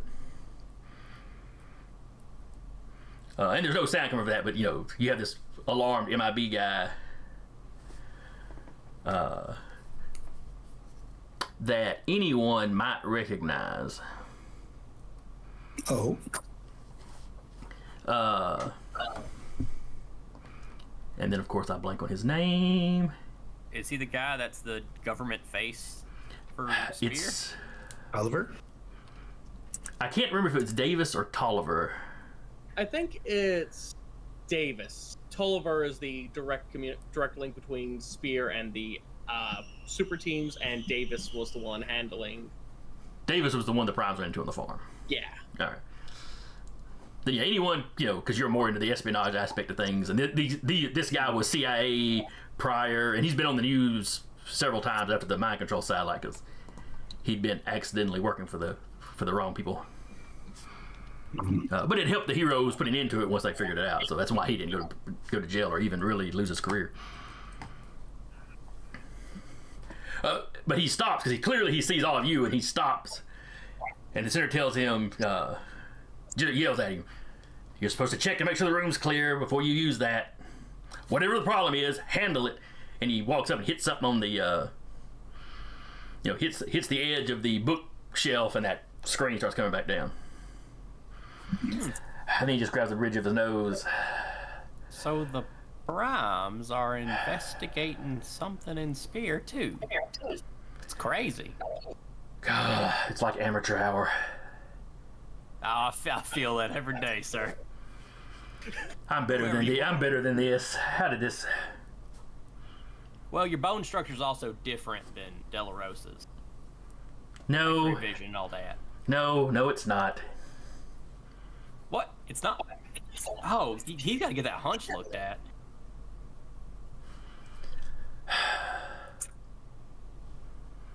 Did I make a technology roll to determine if, exactly what the means he's deploying to pose as the good senator? Oh, you can give me an intelligence roll. Yeah. Could I? Okay. Would that be intelligence plus technology? Or? Yes, go with that. Or, yeah, intelligence plus technology, but the way to do it. I'm also really gonna enjoy this if it's like a brain slug. Right. He went to that one planet not wearing a hat. Mm-hmm. Oh boy. It's a All right, so you got a 7. The difficulty was a 7. the minorest of successes. No, you really don't know what he. I mean, he you know, it could be an illusion. It could be a mental illusion, so y'all are just seeing it like this. It could be a hologram. Could even be a genetic level, like manipulation, like what I'm currently using. Yeah, I mean, it could, if you go into superpowers, it could be anything. But you were specifically thinking about tech. Yeah, well, that'll be. Oh yeah. I wouldn't expect to know as much if it were like magic or an actual. I didn't know if it was like. Again, I know I haven't like fully defined the current like basis of my power, but yeah, it doesn't surprise me. I don't know, so.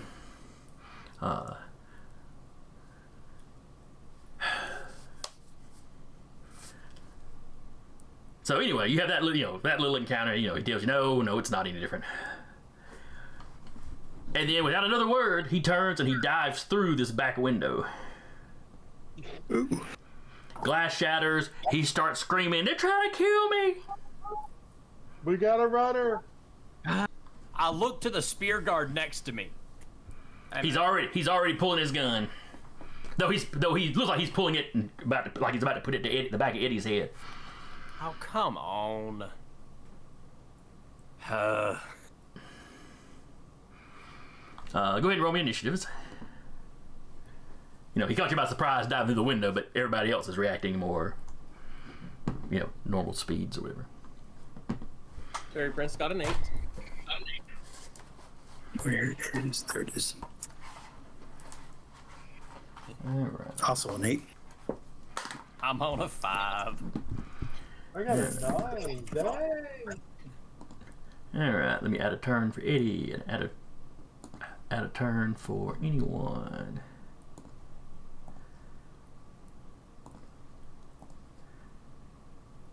That's kind of weird. When I right click to go add a turn, for 2 of you, the top option was opening your characters, and the other 2 it was just adding a turn. I don't know what's going on there. And I'll use this guy as the initiative for all the S.P.E.A.R agents. Let's see. They have coordinations of 4, and the Vanguard bots all have 4. Well, we'll call them phalanx in this.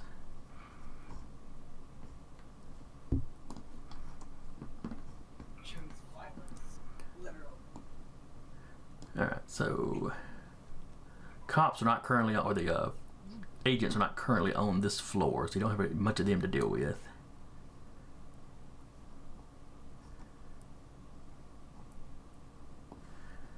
And we'll use the good old mooks for the armored guys.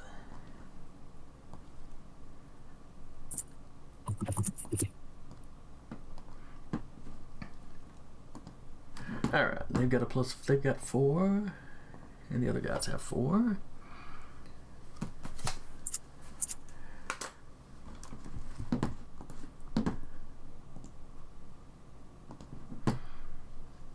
Alright, so that's a total of a 9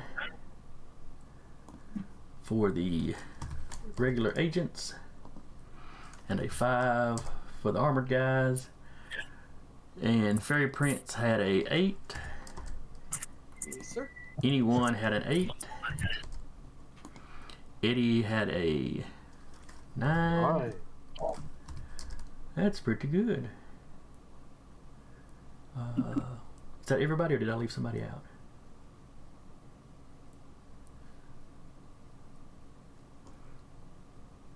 Where's Della Rosa? Oh, that's probably who I was forgetting.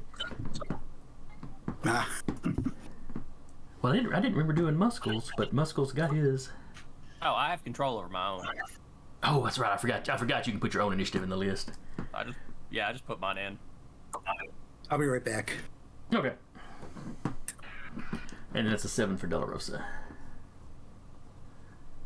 Or whoever it is. Dun, dun, dun.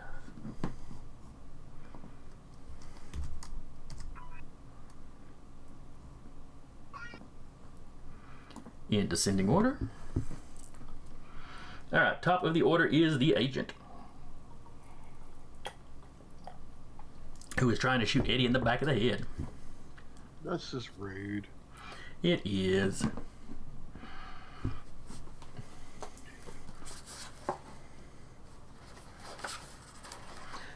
Alright, he has the guns specialty and a coordination of 4, so he's rolling on a +5. So he got a total of a 9. Can Eddie dodge or evade or whatever it is? No. Well, at least it's not by enough to be a kill shot. Nope. Let's see, and their standard blasters are...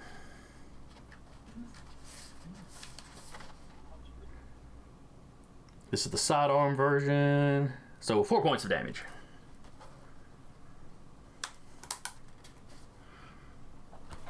All right. You know, minus any protection you might have. I don't know that Eddie does, but... I don't know. I don't think he does. He's got regeneration, Oh, okay.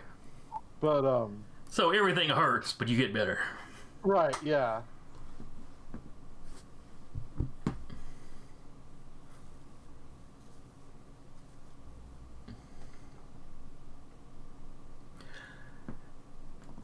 But then it's Eddie's turn.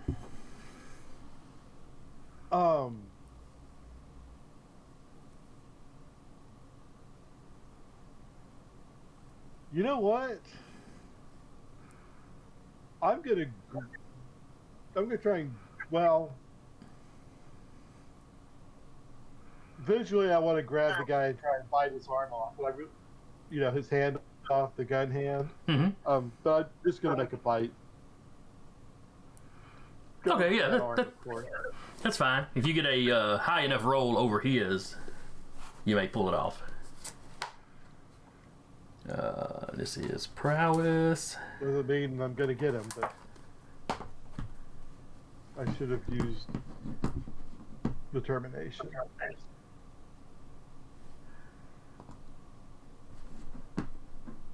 I missed. Okay. But only by 2, so he doesn't get a free punch on you. But when you go to try to bite his hand off, he yanks it back like you yank your hand back away from an alligator that was snapping at you. It's like, ah! Like, like if you had turned around and tried to claw him or punch him or something, it might not have freaked him out, but the fact that you immediately go to a bite, well, that just ain't the most human thing you could have done. No.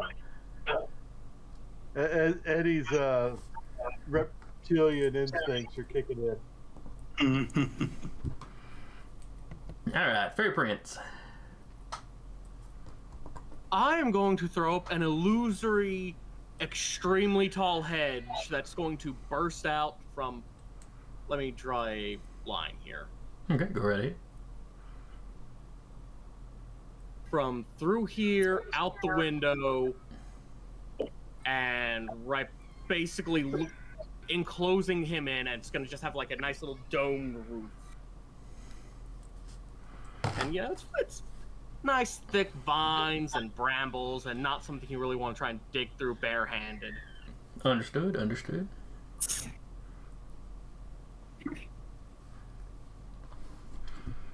you have to roll for that, or is it just go? It just Only when tested against. okay.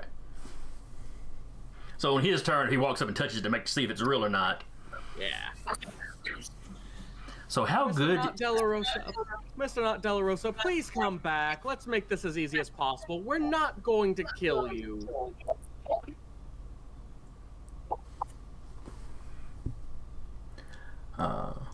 He looks over his shoulder and does not look trusting. All right, anyone?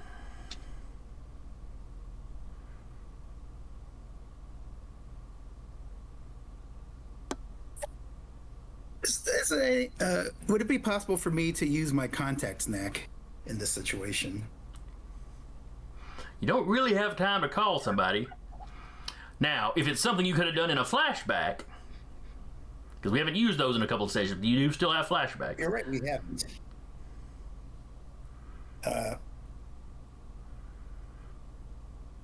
So how are you wanting to use it?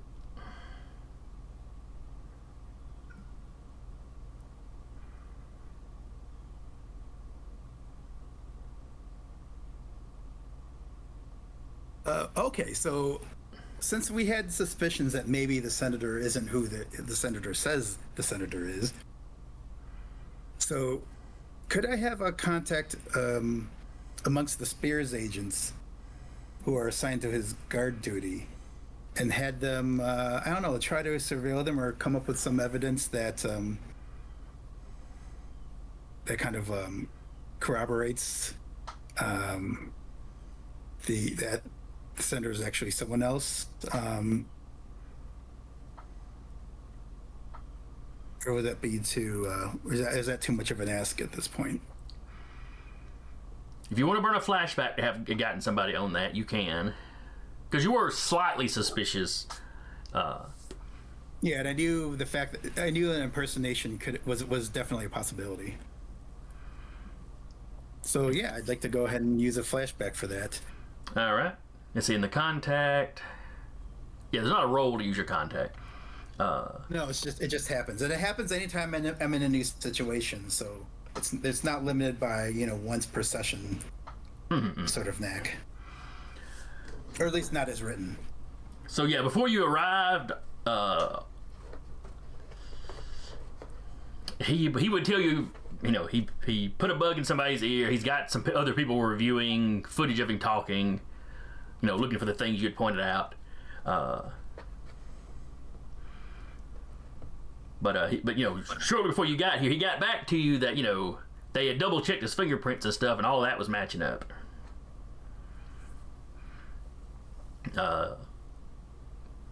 Especially dealing with S.P.E.A.R, they do check fingerprints periodically. I don't know if they would check DNA regularly, but with your suspicions, they managed to check that, and everything's still checking out that it's him. And I assume you're not telling the contact about the whole blackmail and stuff, because that's, if you're wrong, that would really put you on a wrong foot with this guy. Oh yeah, sure. Would this contact at least know that even a genetic level match? With using myself as an example, doesn't necessarily mean it's that person. Yeah, if he knows that about you, that's fine. If that's the case though, he doesn't know what kind of proof he could come up with. Okay. He'll put a bug in a few people's ears to keep an eye on the senator in case, but at least I've planted that seed, even if they haven't actually found any evidence. They at least know that's kind of a thing. Okay. Well, I can. We'll see if I can parlay that to something useful. Maybe Maybe this is where I start coming up with a counter story in case we do get apprehended.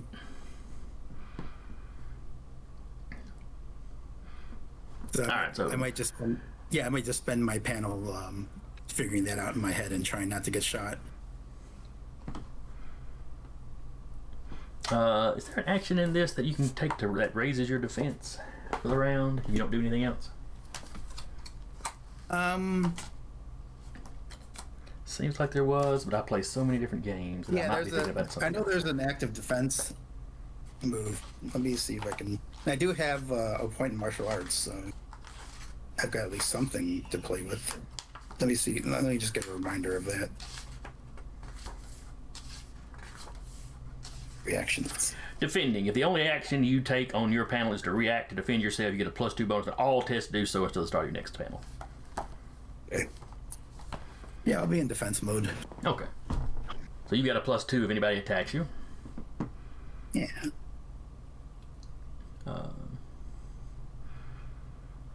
Then it is the senator's turn. Alright, so he runs up to the wall. Very carefully reaches out and touches it and kind of like tugs on it to see, you know, like he's testing it. You know, being careful of the thorns and all that. And it is my power level plus, you know, specialties versus his awareness. Alright. Good God. Max roll. Oh, Oakley. I don't think he's going to have much of a chance. The dang thing's so real, everything else feels fake. He got a 10, so, you know, good on him. He made a good roll. You still beat him by 5. He is utterly convinced that this is a bramble and them things will poke him. So he starts screaming orders to get him out of here. Then it is the armored suited guy's turn. There's 4 of them. And they all run up, and they slap that table, break that table out of the way. And they're in big armored fists. Their hands aren't even really in the gauntlets. So they're just grabbing brambles and just yanking. So roll for them. Alright. And I'm going to tap Bastard Son of the She. Okay. Because I just want to be able to walk up and grab him. Alright, so that is a 16 for them.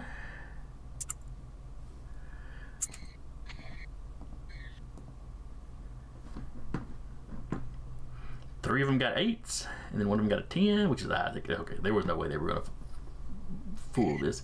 So they're utterly convinced it's real. And what they're seeing is they're ripping out huge chunks of these brambles and throwing them behind them, but like the brambles, there's just always more to rip out.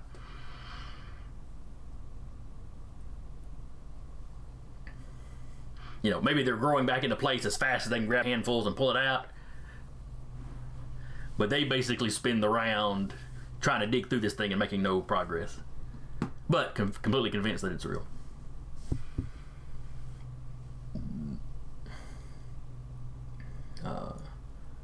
And your stuff fools cameras and whatnot, doesn't it? Yeah. Okay.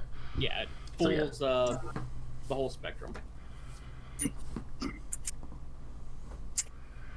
And then Muscle, you're up. I'm going to sigh heavily, and then I'm going to walk up to the old senator.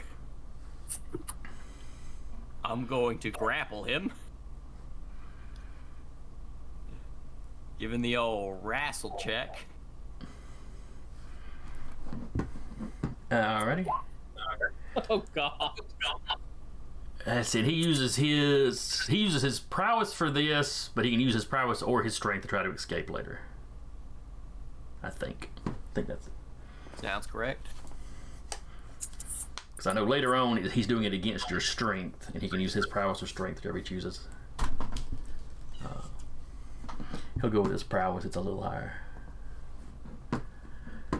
And he rolled one of the dice, so he had a 4 versus Muscle's 13. I scoop him like small child. Just hold him in both arms. All right, Senator. Well, you're not the senator, but you know. Let's talk. He's wiggling around, and you hear him mutter, "God, this is embarrassing." Yeah, I know. I do this to everyone. It's all right. Yeah, this happened to me a couple of issues ago. It is embarrassing. Now let's talk this out.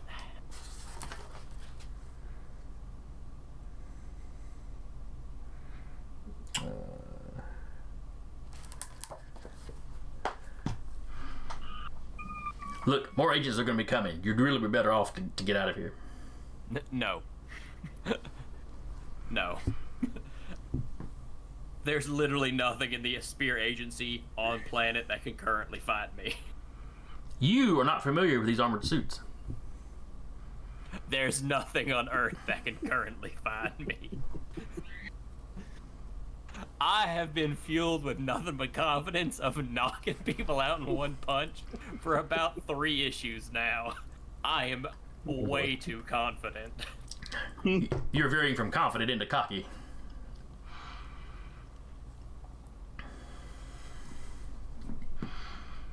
Alright, so you're holding him like a baby.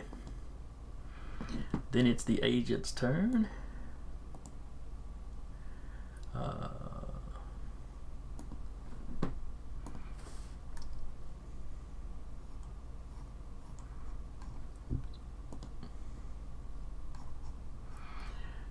Alright. Let me throw out some more agents as they are running up from downstairs.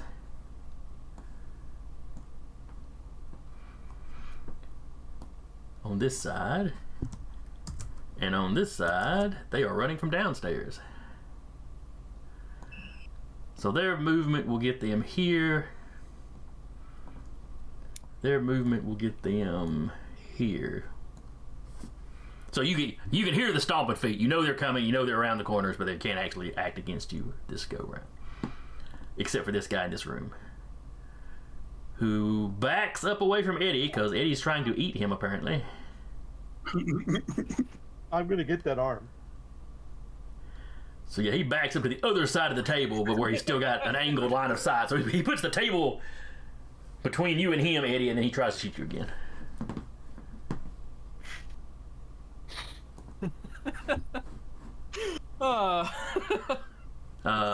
Ooh.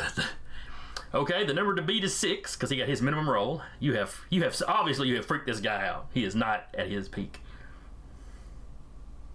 Luckily, your evade at a minimum is gonna keep you safe. Hey. Yep, the shot goes wide. It hits the bookshelf, sets a couple of the books on fire.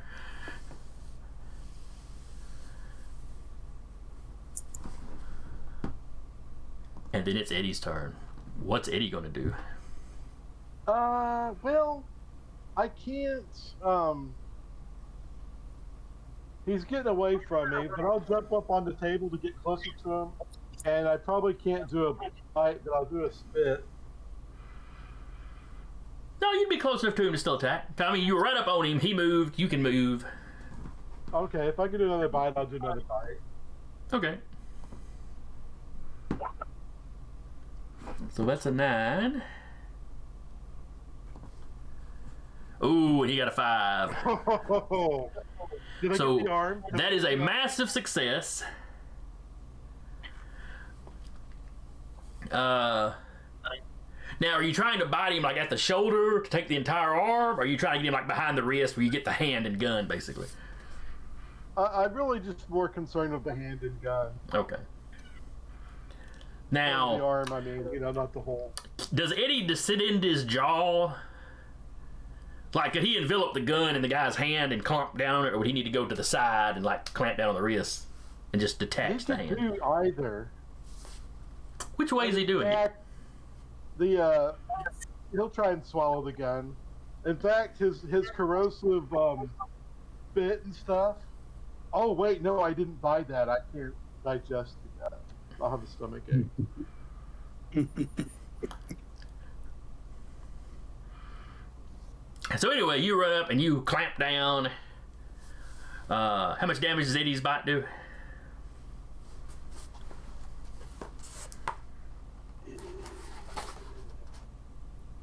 Power level 6, and then he takes half damage next turn for the next 2 pages.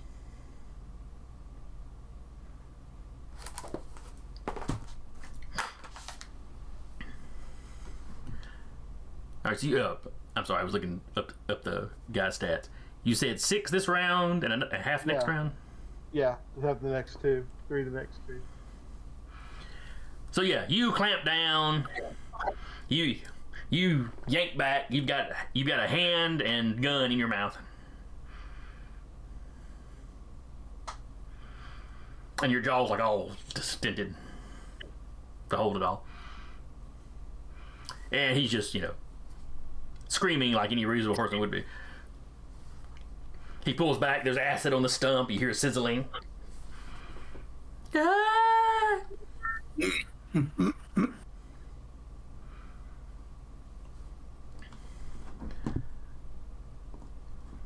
Fairy Prince. I'm gonna extend a hedge to cover these two entrances, or these two doors right through here. Okay.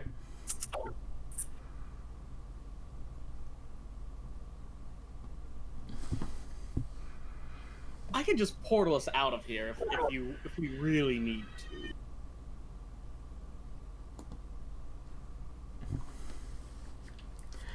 All right. Then it's anyone's turn. My spear guard contact, is that agent in the room? No, he would have worked in one of the main offices. To be able to trigger all the investigation, he'd have to be more than just a field agent. Okay. So I can't. So it doesn't do me any good to try to. And you can only use it once in a new situation. So. True. Breach. Oh yeah, that's true. I guess trying to transform would be a second use. Trying to adopt that agent's form. Plus, it wouldn't do me any good right now. So let's.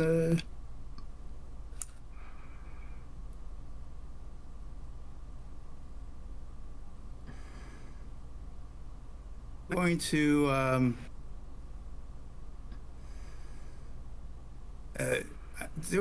how many guards are still in the inside with us? Are there still a bunch? I don't know if Muscle gave you an exact count. Just that there were a bunch in the attic, or a bunch not in the attic, a bunch in the upper floor and a bunch in the cellar. Okay, I'm gonna run outside because I think at least outside where Muscle and Fairy Prince are, there's more room to maneuver, especially since the other side's entangled in a way we're not. Okay, well, Fairy Prince is in the room with you. Muscle is outside with the senator. Oh, that's the senator. Okay, right. I'm achieving the objective. Right, exactly. That's why I wanted to let me try to run up and catch up with you then. The agent shot me in the back of the head. I got distracted. And if I can remain on the defensive, I will do so. Otherwise, I'll just try to. Yeah, if you're not doing anything else, your movement does not count as an action. You're not taking any other action. You're just making your move. That's fine. Okay, cool.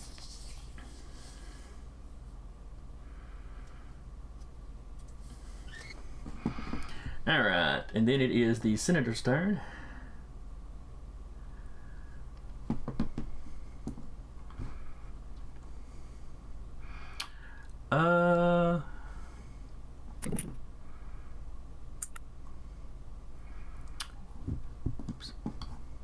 Do I maintain this with a prowess or a strength? What will happen? Like if he tries to wrestle his way out, he will use either his strength or his prowess, his choice, versus your strength. Versus my strength. Okay. However, that's not really something to worry about at the moment. And you'll find out as soon as I find the right token.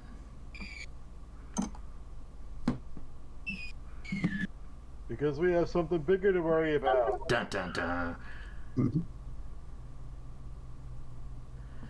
Come on, surely I've got somebody in a motorcycle helmet. Ah, well, he'll do. On a motorcycle. The leather hood would be good enough. So, Muscle, you're holding this guy. Suddenly, there's like an over image of another guy, and it sort of pulls out of the guy and appears next to him. And the best way to describe the guy's outfit would be like it's almost like motorcycle leathers. It's all black, but there's like red flame done up on it.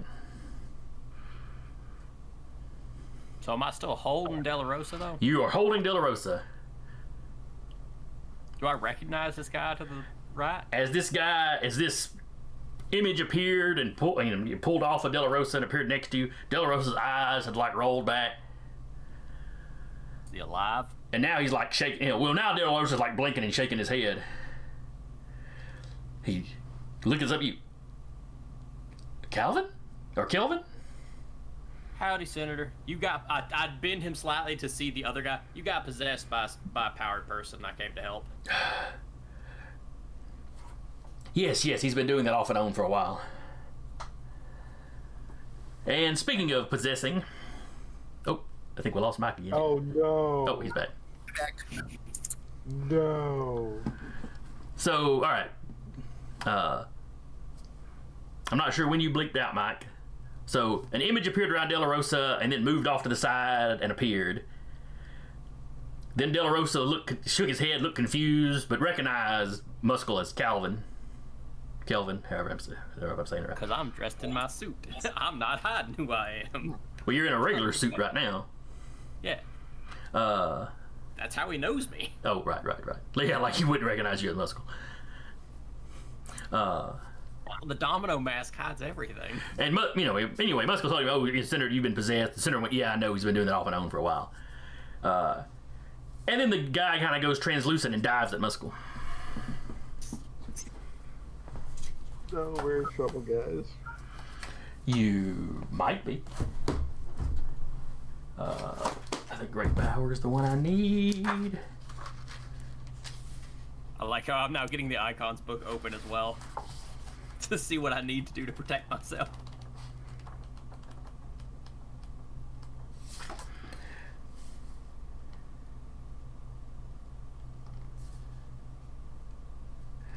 Alright. The rules are apparently actually under mind control.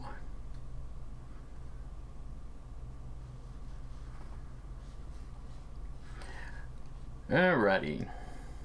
Fun power to hear. Yep.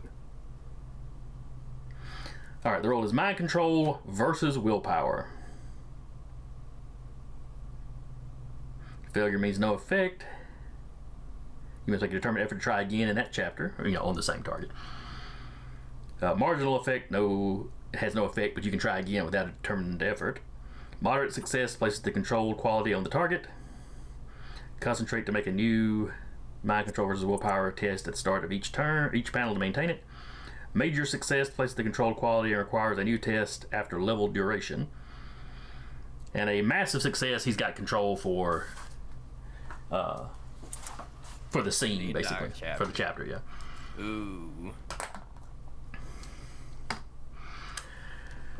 So, give me that willpower roll. Oh, come on. 7's the number to beat. The dice have favored you. They gave me his minimum roll. Wait, that's like doable. Yeah, he got his minimum. He got a minimum roll. I'm in fact going to use a point of determination, though. Just to make sure. I don't know. You might want to save those for later. I'm just saying. You don't know what could crap up later. All right. I'm gonna pop a point for the quality. You gotta earn it. You don't just get tricked, lose, and then try to cheat your way into the best character in the game. You That go is have, right, though. If you go can't have to trust the earn GM, this who one. can't you trust? Alright, so you're tapping that. That's fine. I'm assuming that you're giving yourself a +2. Yep. To resist. Alright, you gotta beat a 7. 11. Thank God. Alright, so that's a massive success. Sorry, I got that turned around. It's a massive failure for Hellfire. What number did I give him? 42? Yes, Hellfire 42. That one, yes. Yeah, Hellfire 42. Hopefully that's not a number that was already assigned to somebody. So yeah, he goes transparent, and he sort of dives into Muscle, only he hits Muscle and stumbles back solid again.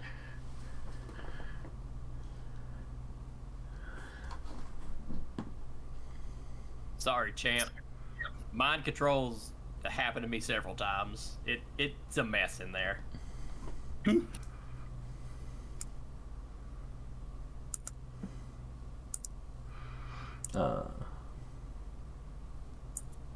better flatten this guy out while he's solid. Alright, then it is the Aegis Armor's turn.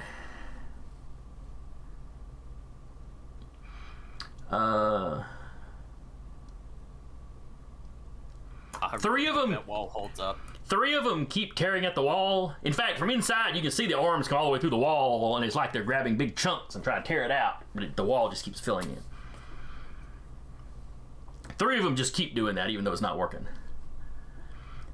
The fourth one, not that y'all can really see it, but he squats and he jumps up and is trying to come down on the top of that dome.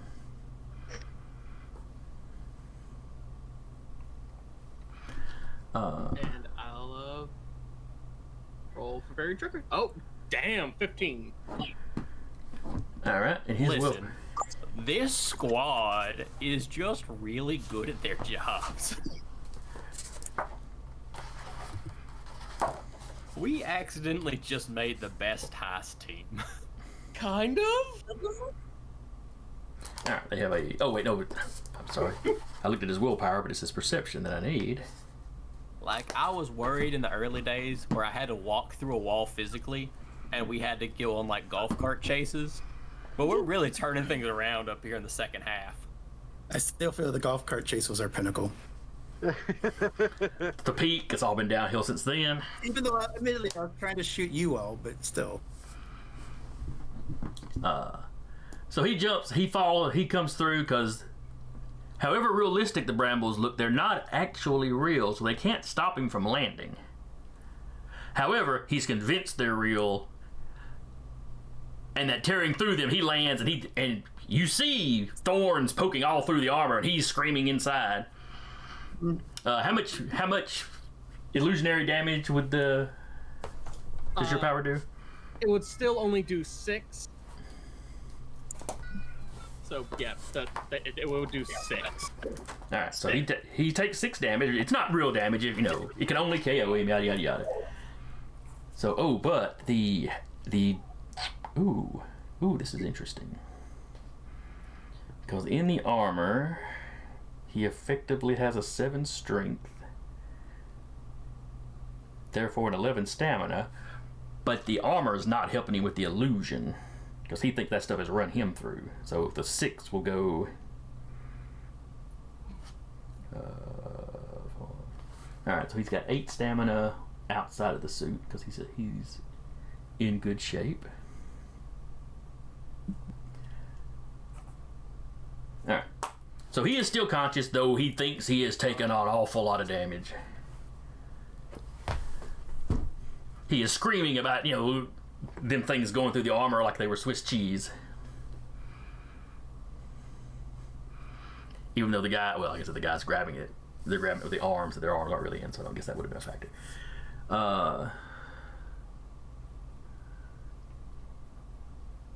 But he is inside the dome with y'all now. He just, thinks there's spines sticking in.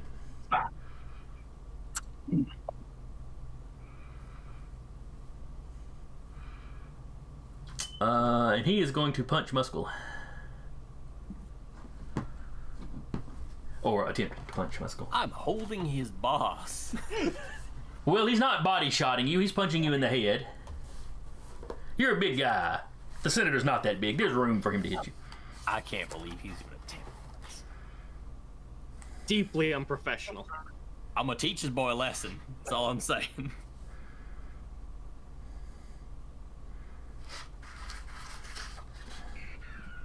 Well, I'll take it back. It's probably a grown man in there. I'll be respectful there.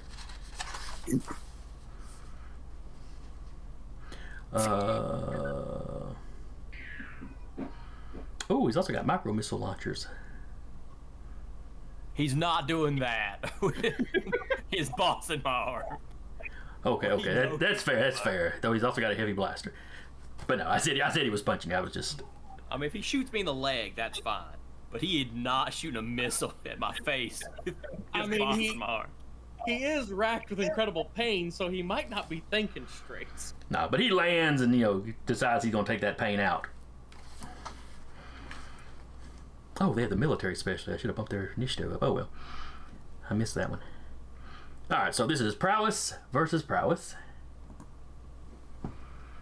Oh, come on! What is the dice roller doing to me today? So that's a minimum roll. So 6 is the number to beat. Does this count as a human fighting me? For what purpose? My danger sense has a limit, human only. Yes, it's a human piloting. This is not a robot. This is a human in a suit. Cool. That's 17. Gosh, I love Okay. fine humans. How much damage does your punch do? Because you basically he's in pain. He really overextends. You get out of the way, and you get a free shot on him. That'll be 7 points. All right, 7 points. His armor will take that. But there's a possibility for a stun and a slam. So you roll your strength versus his for the stun. He got a 13, so he's probably not going to be stunned. I got a 13. That's a tie. He's not stunned. Roll for the slam. 9 on the slam. And he got an 11, so he's not slammed. No. He just gets bopped. Which is a shame, because if you kicked him back through the thorns, that would have taken him out.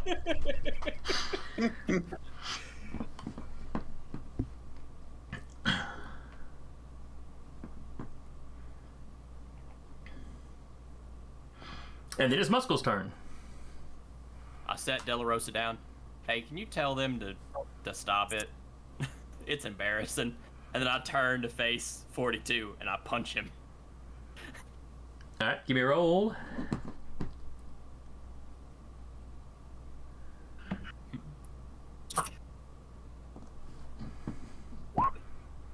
Nine is the number to beat. 16. Alright, roll me a stun and a slam. 9 on a stun. Versus a 7, so he's going to be stunned for a round. And then an 8 on the push. Which is a massive. So you knock him through the thorns. So, and he takes 7 damage. So that is 7 damage from the punch. And like 6 from the thorns. Because he's already convinced there. Does he get a roll every time he interacts, or just that initial time? Is that? Oh, every time he interacts. Oh, okay. So give me a roll for the thorns, because let's see if he disbelieves them this time. Nine is the number. 3 max rolls for that trickery. Yes. My God. Roll what? 20 is playing favorites. The second half of the story, we just come through. I think Zach has subscribed to Roll 20 at a high level, and it's come with some perks. I'm getting suspicious. It's really weird. All right, so he believes the thorns are real, and screams like a banshee as he gets kicked through them. And that the illusionary damage on top of the real physical damage that Muscle just did, and he is out like a light. He lands over here on the tennis court and just sort of rolls. If you ever saw the Incredible Hulk movie when he kicks the would-be super soldier, it's kind of like that. Just he doesn't smash into a tree, so you know, it was probably survivable. Now we just have to survive another round until De La Rosa can call the guards off.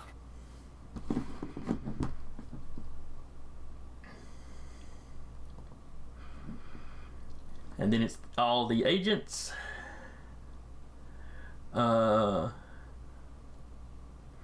Technically, the agent in front of Eddie would probably get to go, because the half damage probably wouldn't kick in until Eddie's turn. But he's just going to stand there and stare at his stump and scream, so. And then on Eddie's turn, collapses, he takes any more damage at all, so. I'm just going to go ahead and mark him as off. Oh, his stump is cauterized from the acid, right? Yeah. Is that something acid does? I know fire does that. I don't know about acid. I don't know one way or the other. What am I, some kind of nerd that knows about acid?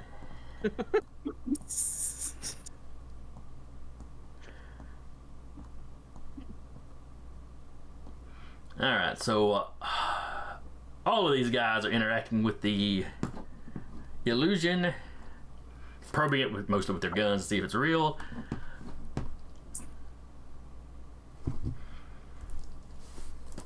So if Fairy Prince would give me a roll versus their awareness.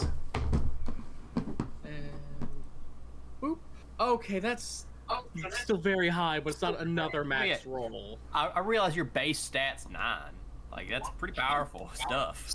Yeah, with the 3 special. 3 All right, all the ones on the left fail. Ooh. Yeah, the max roll. Oh yeah, the max roll was 10. I didn't do the math while I started hitting all the roll buttons, so yeah, I've had to realize that.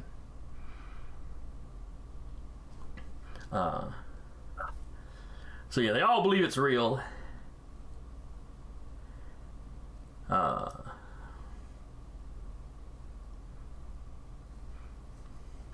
So they just start shooting into it to see if they can damage it.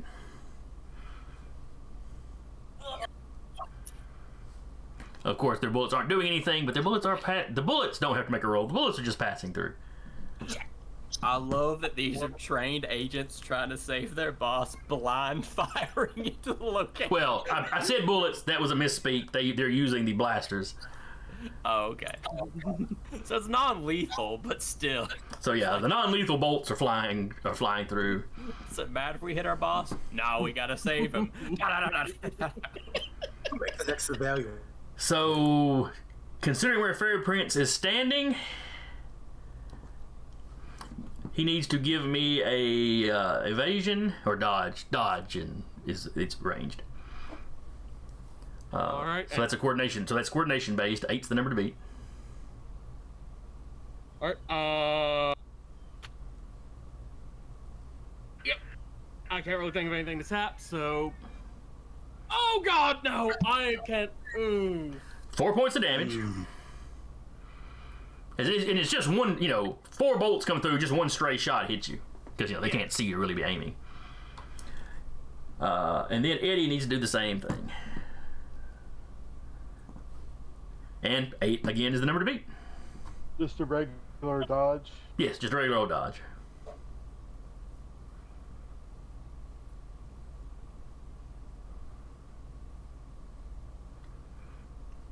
So you hear them stray shots coming through, and you drop down off the table, leap up and cling to the roof, or ceiling, figuring they won't shoot that high or whatever, but you get out of the way. But it was close.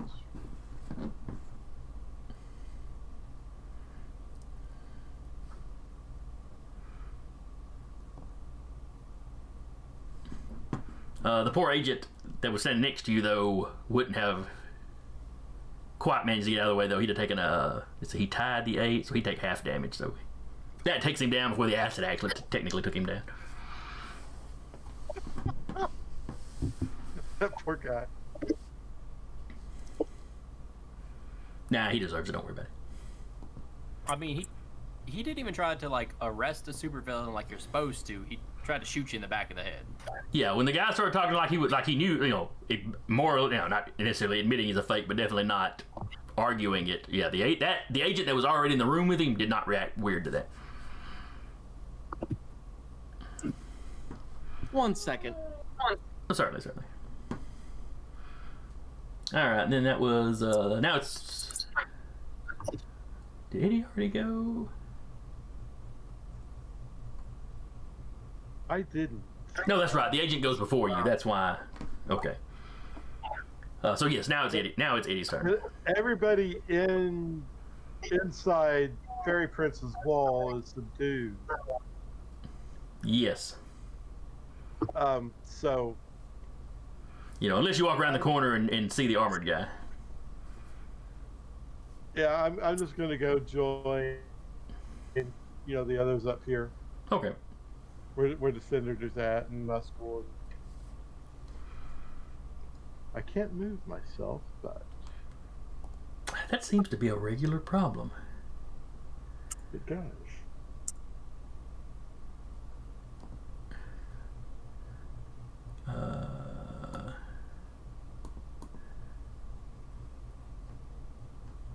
And this is round 2 since I was shot, so I recover 1.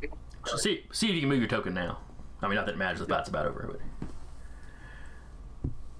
All right, so you get up there, and you do see the armor-suited guy is still standing and moving. Oh, he's inside the wall. Yes, one of them managed to get inside. Since I moved, I'm assuming I can't attack. No, you get a movement and then an action. Okay. Then I'll do my lizard, my dragon breath. Okay.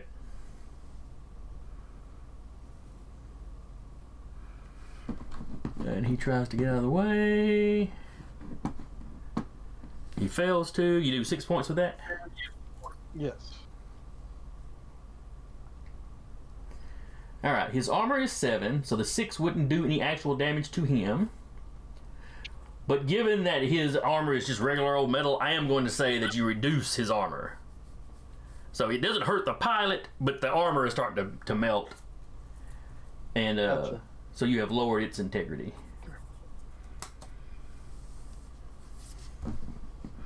Fair enough. Because the S.P.E.A.R armor isn't supposed to be that great.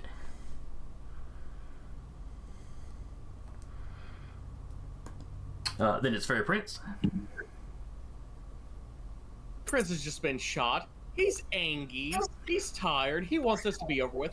I can't control my token, but I'm gonna step right up into here. I forgot I still have the paint on to get out of line of fire, and I'm going to tap Bastard Son of the She to give my illusions up to get everyone from the guards down here to the armor-suited guy. Vines are going to lash out of the hedge and pull them into the hedge. Oh, that's going to hurt some people.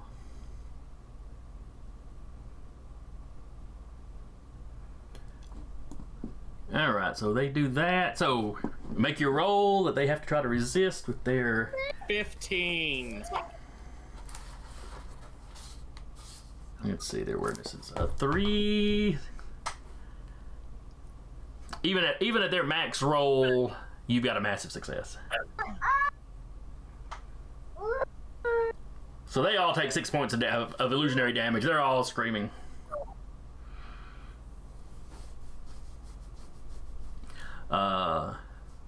Oh yeah, and it's spearing them. So they think they're being stabbed. So with a massive success, They're all fake dead. give me another roll with your trickery versus their strength.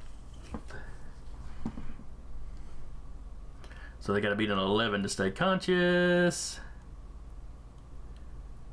That's the first 4, and the next 4. Okay. They're all out. They all think they've been stabbed to death, so they fall unconscious. Good. Hey.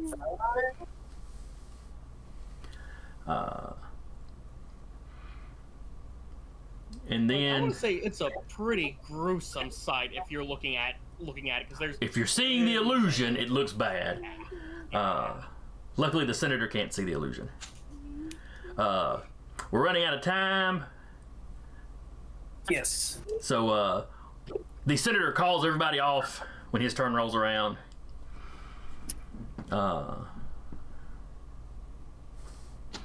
And then once Fairy Prince drops the illusion,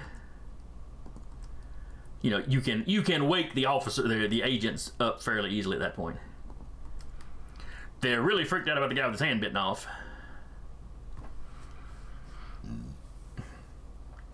But He was a plant.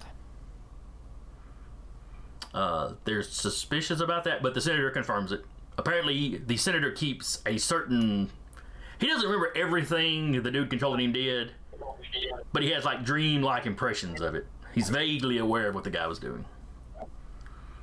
And we will have a conversation with the senator probably early part of next session.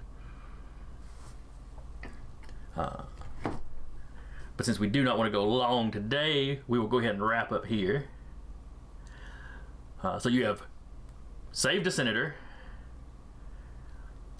Potentially. I mean, they might still have blackmail information. You have to find out. Hellfire. Captured another You Hellfire. have a Hellfire question. If you can keep him. And you probably can. You guys are clever. So, hope y'all had fun. I had a ball running this one. But Hope anybody that comes by and watches this later or listens to it, hope you had fun. Hope you show up next time. We plan to do this again in 2 weeks. Again, I was your GM for the day, Jason, and with me was Mike, aka Anyone. Good night. Curtis, aka the Black Dragon. Laters. Or actually, there's no D. Maybe it's just Black Dragon. Zach, aka the Fairy Prince. Happy trails. And Taylor, aka Muscle the Muscle.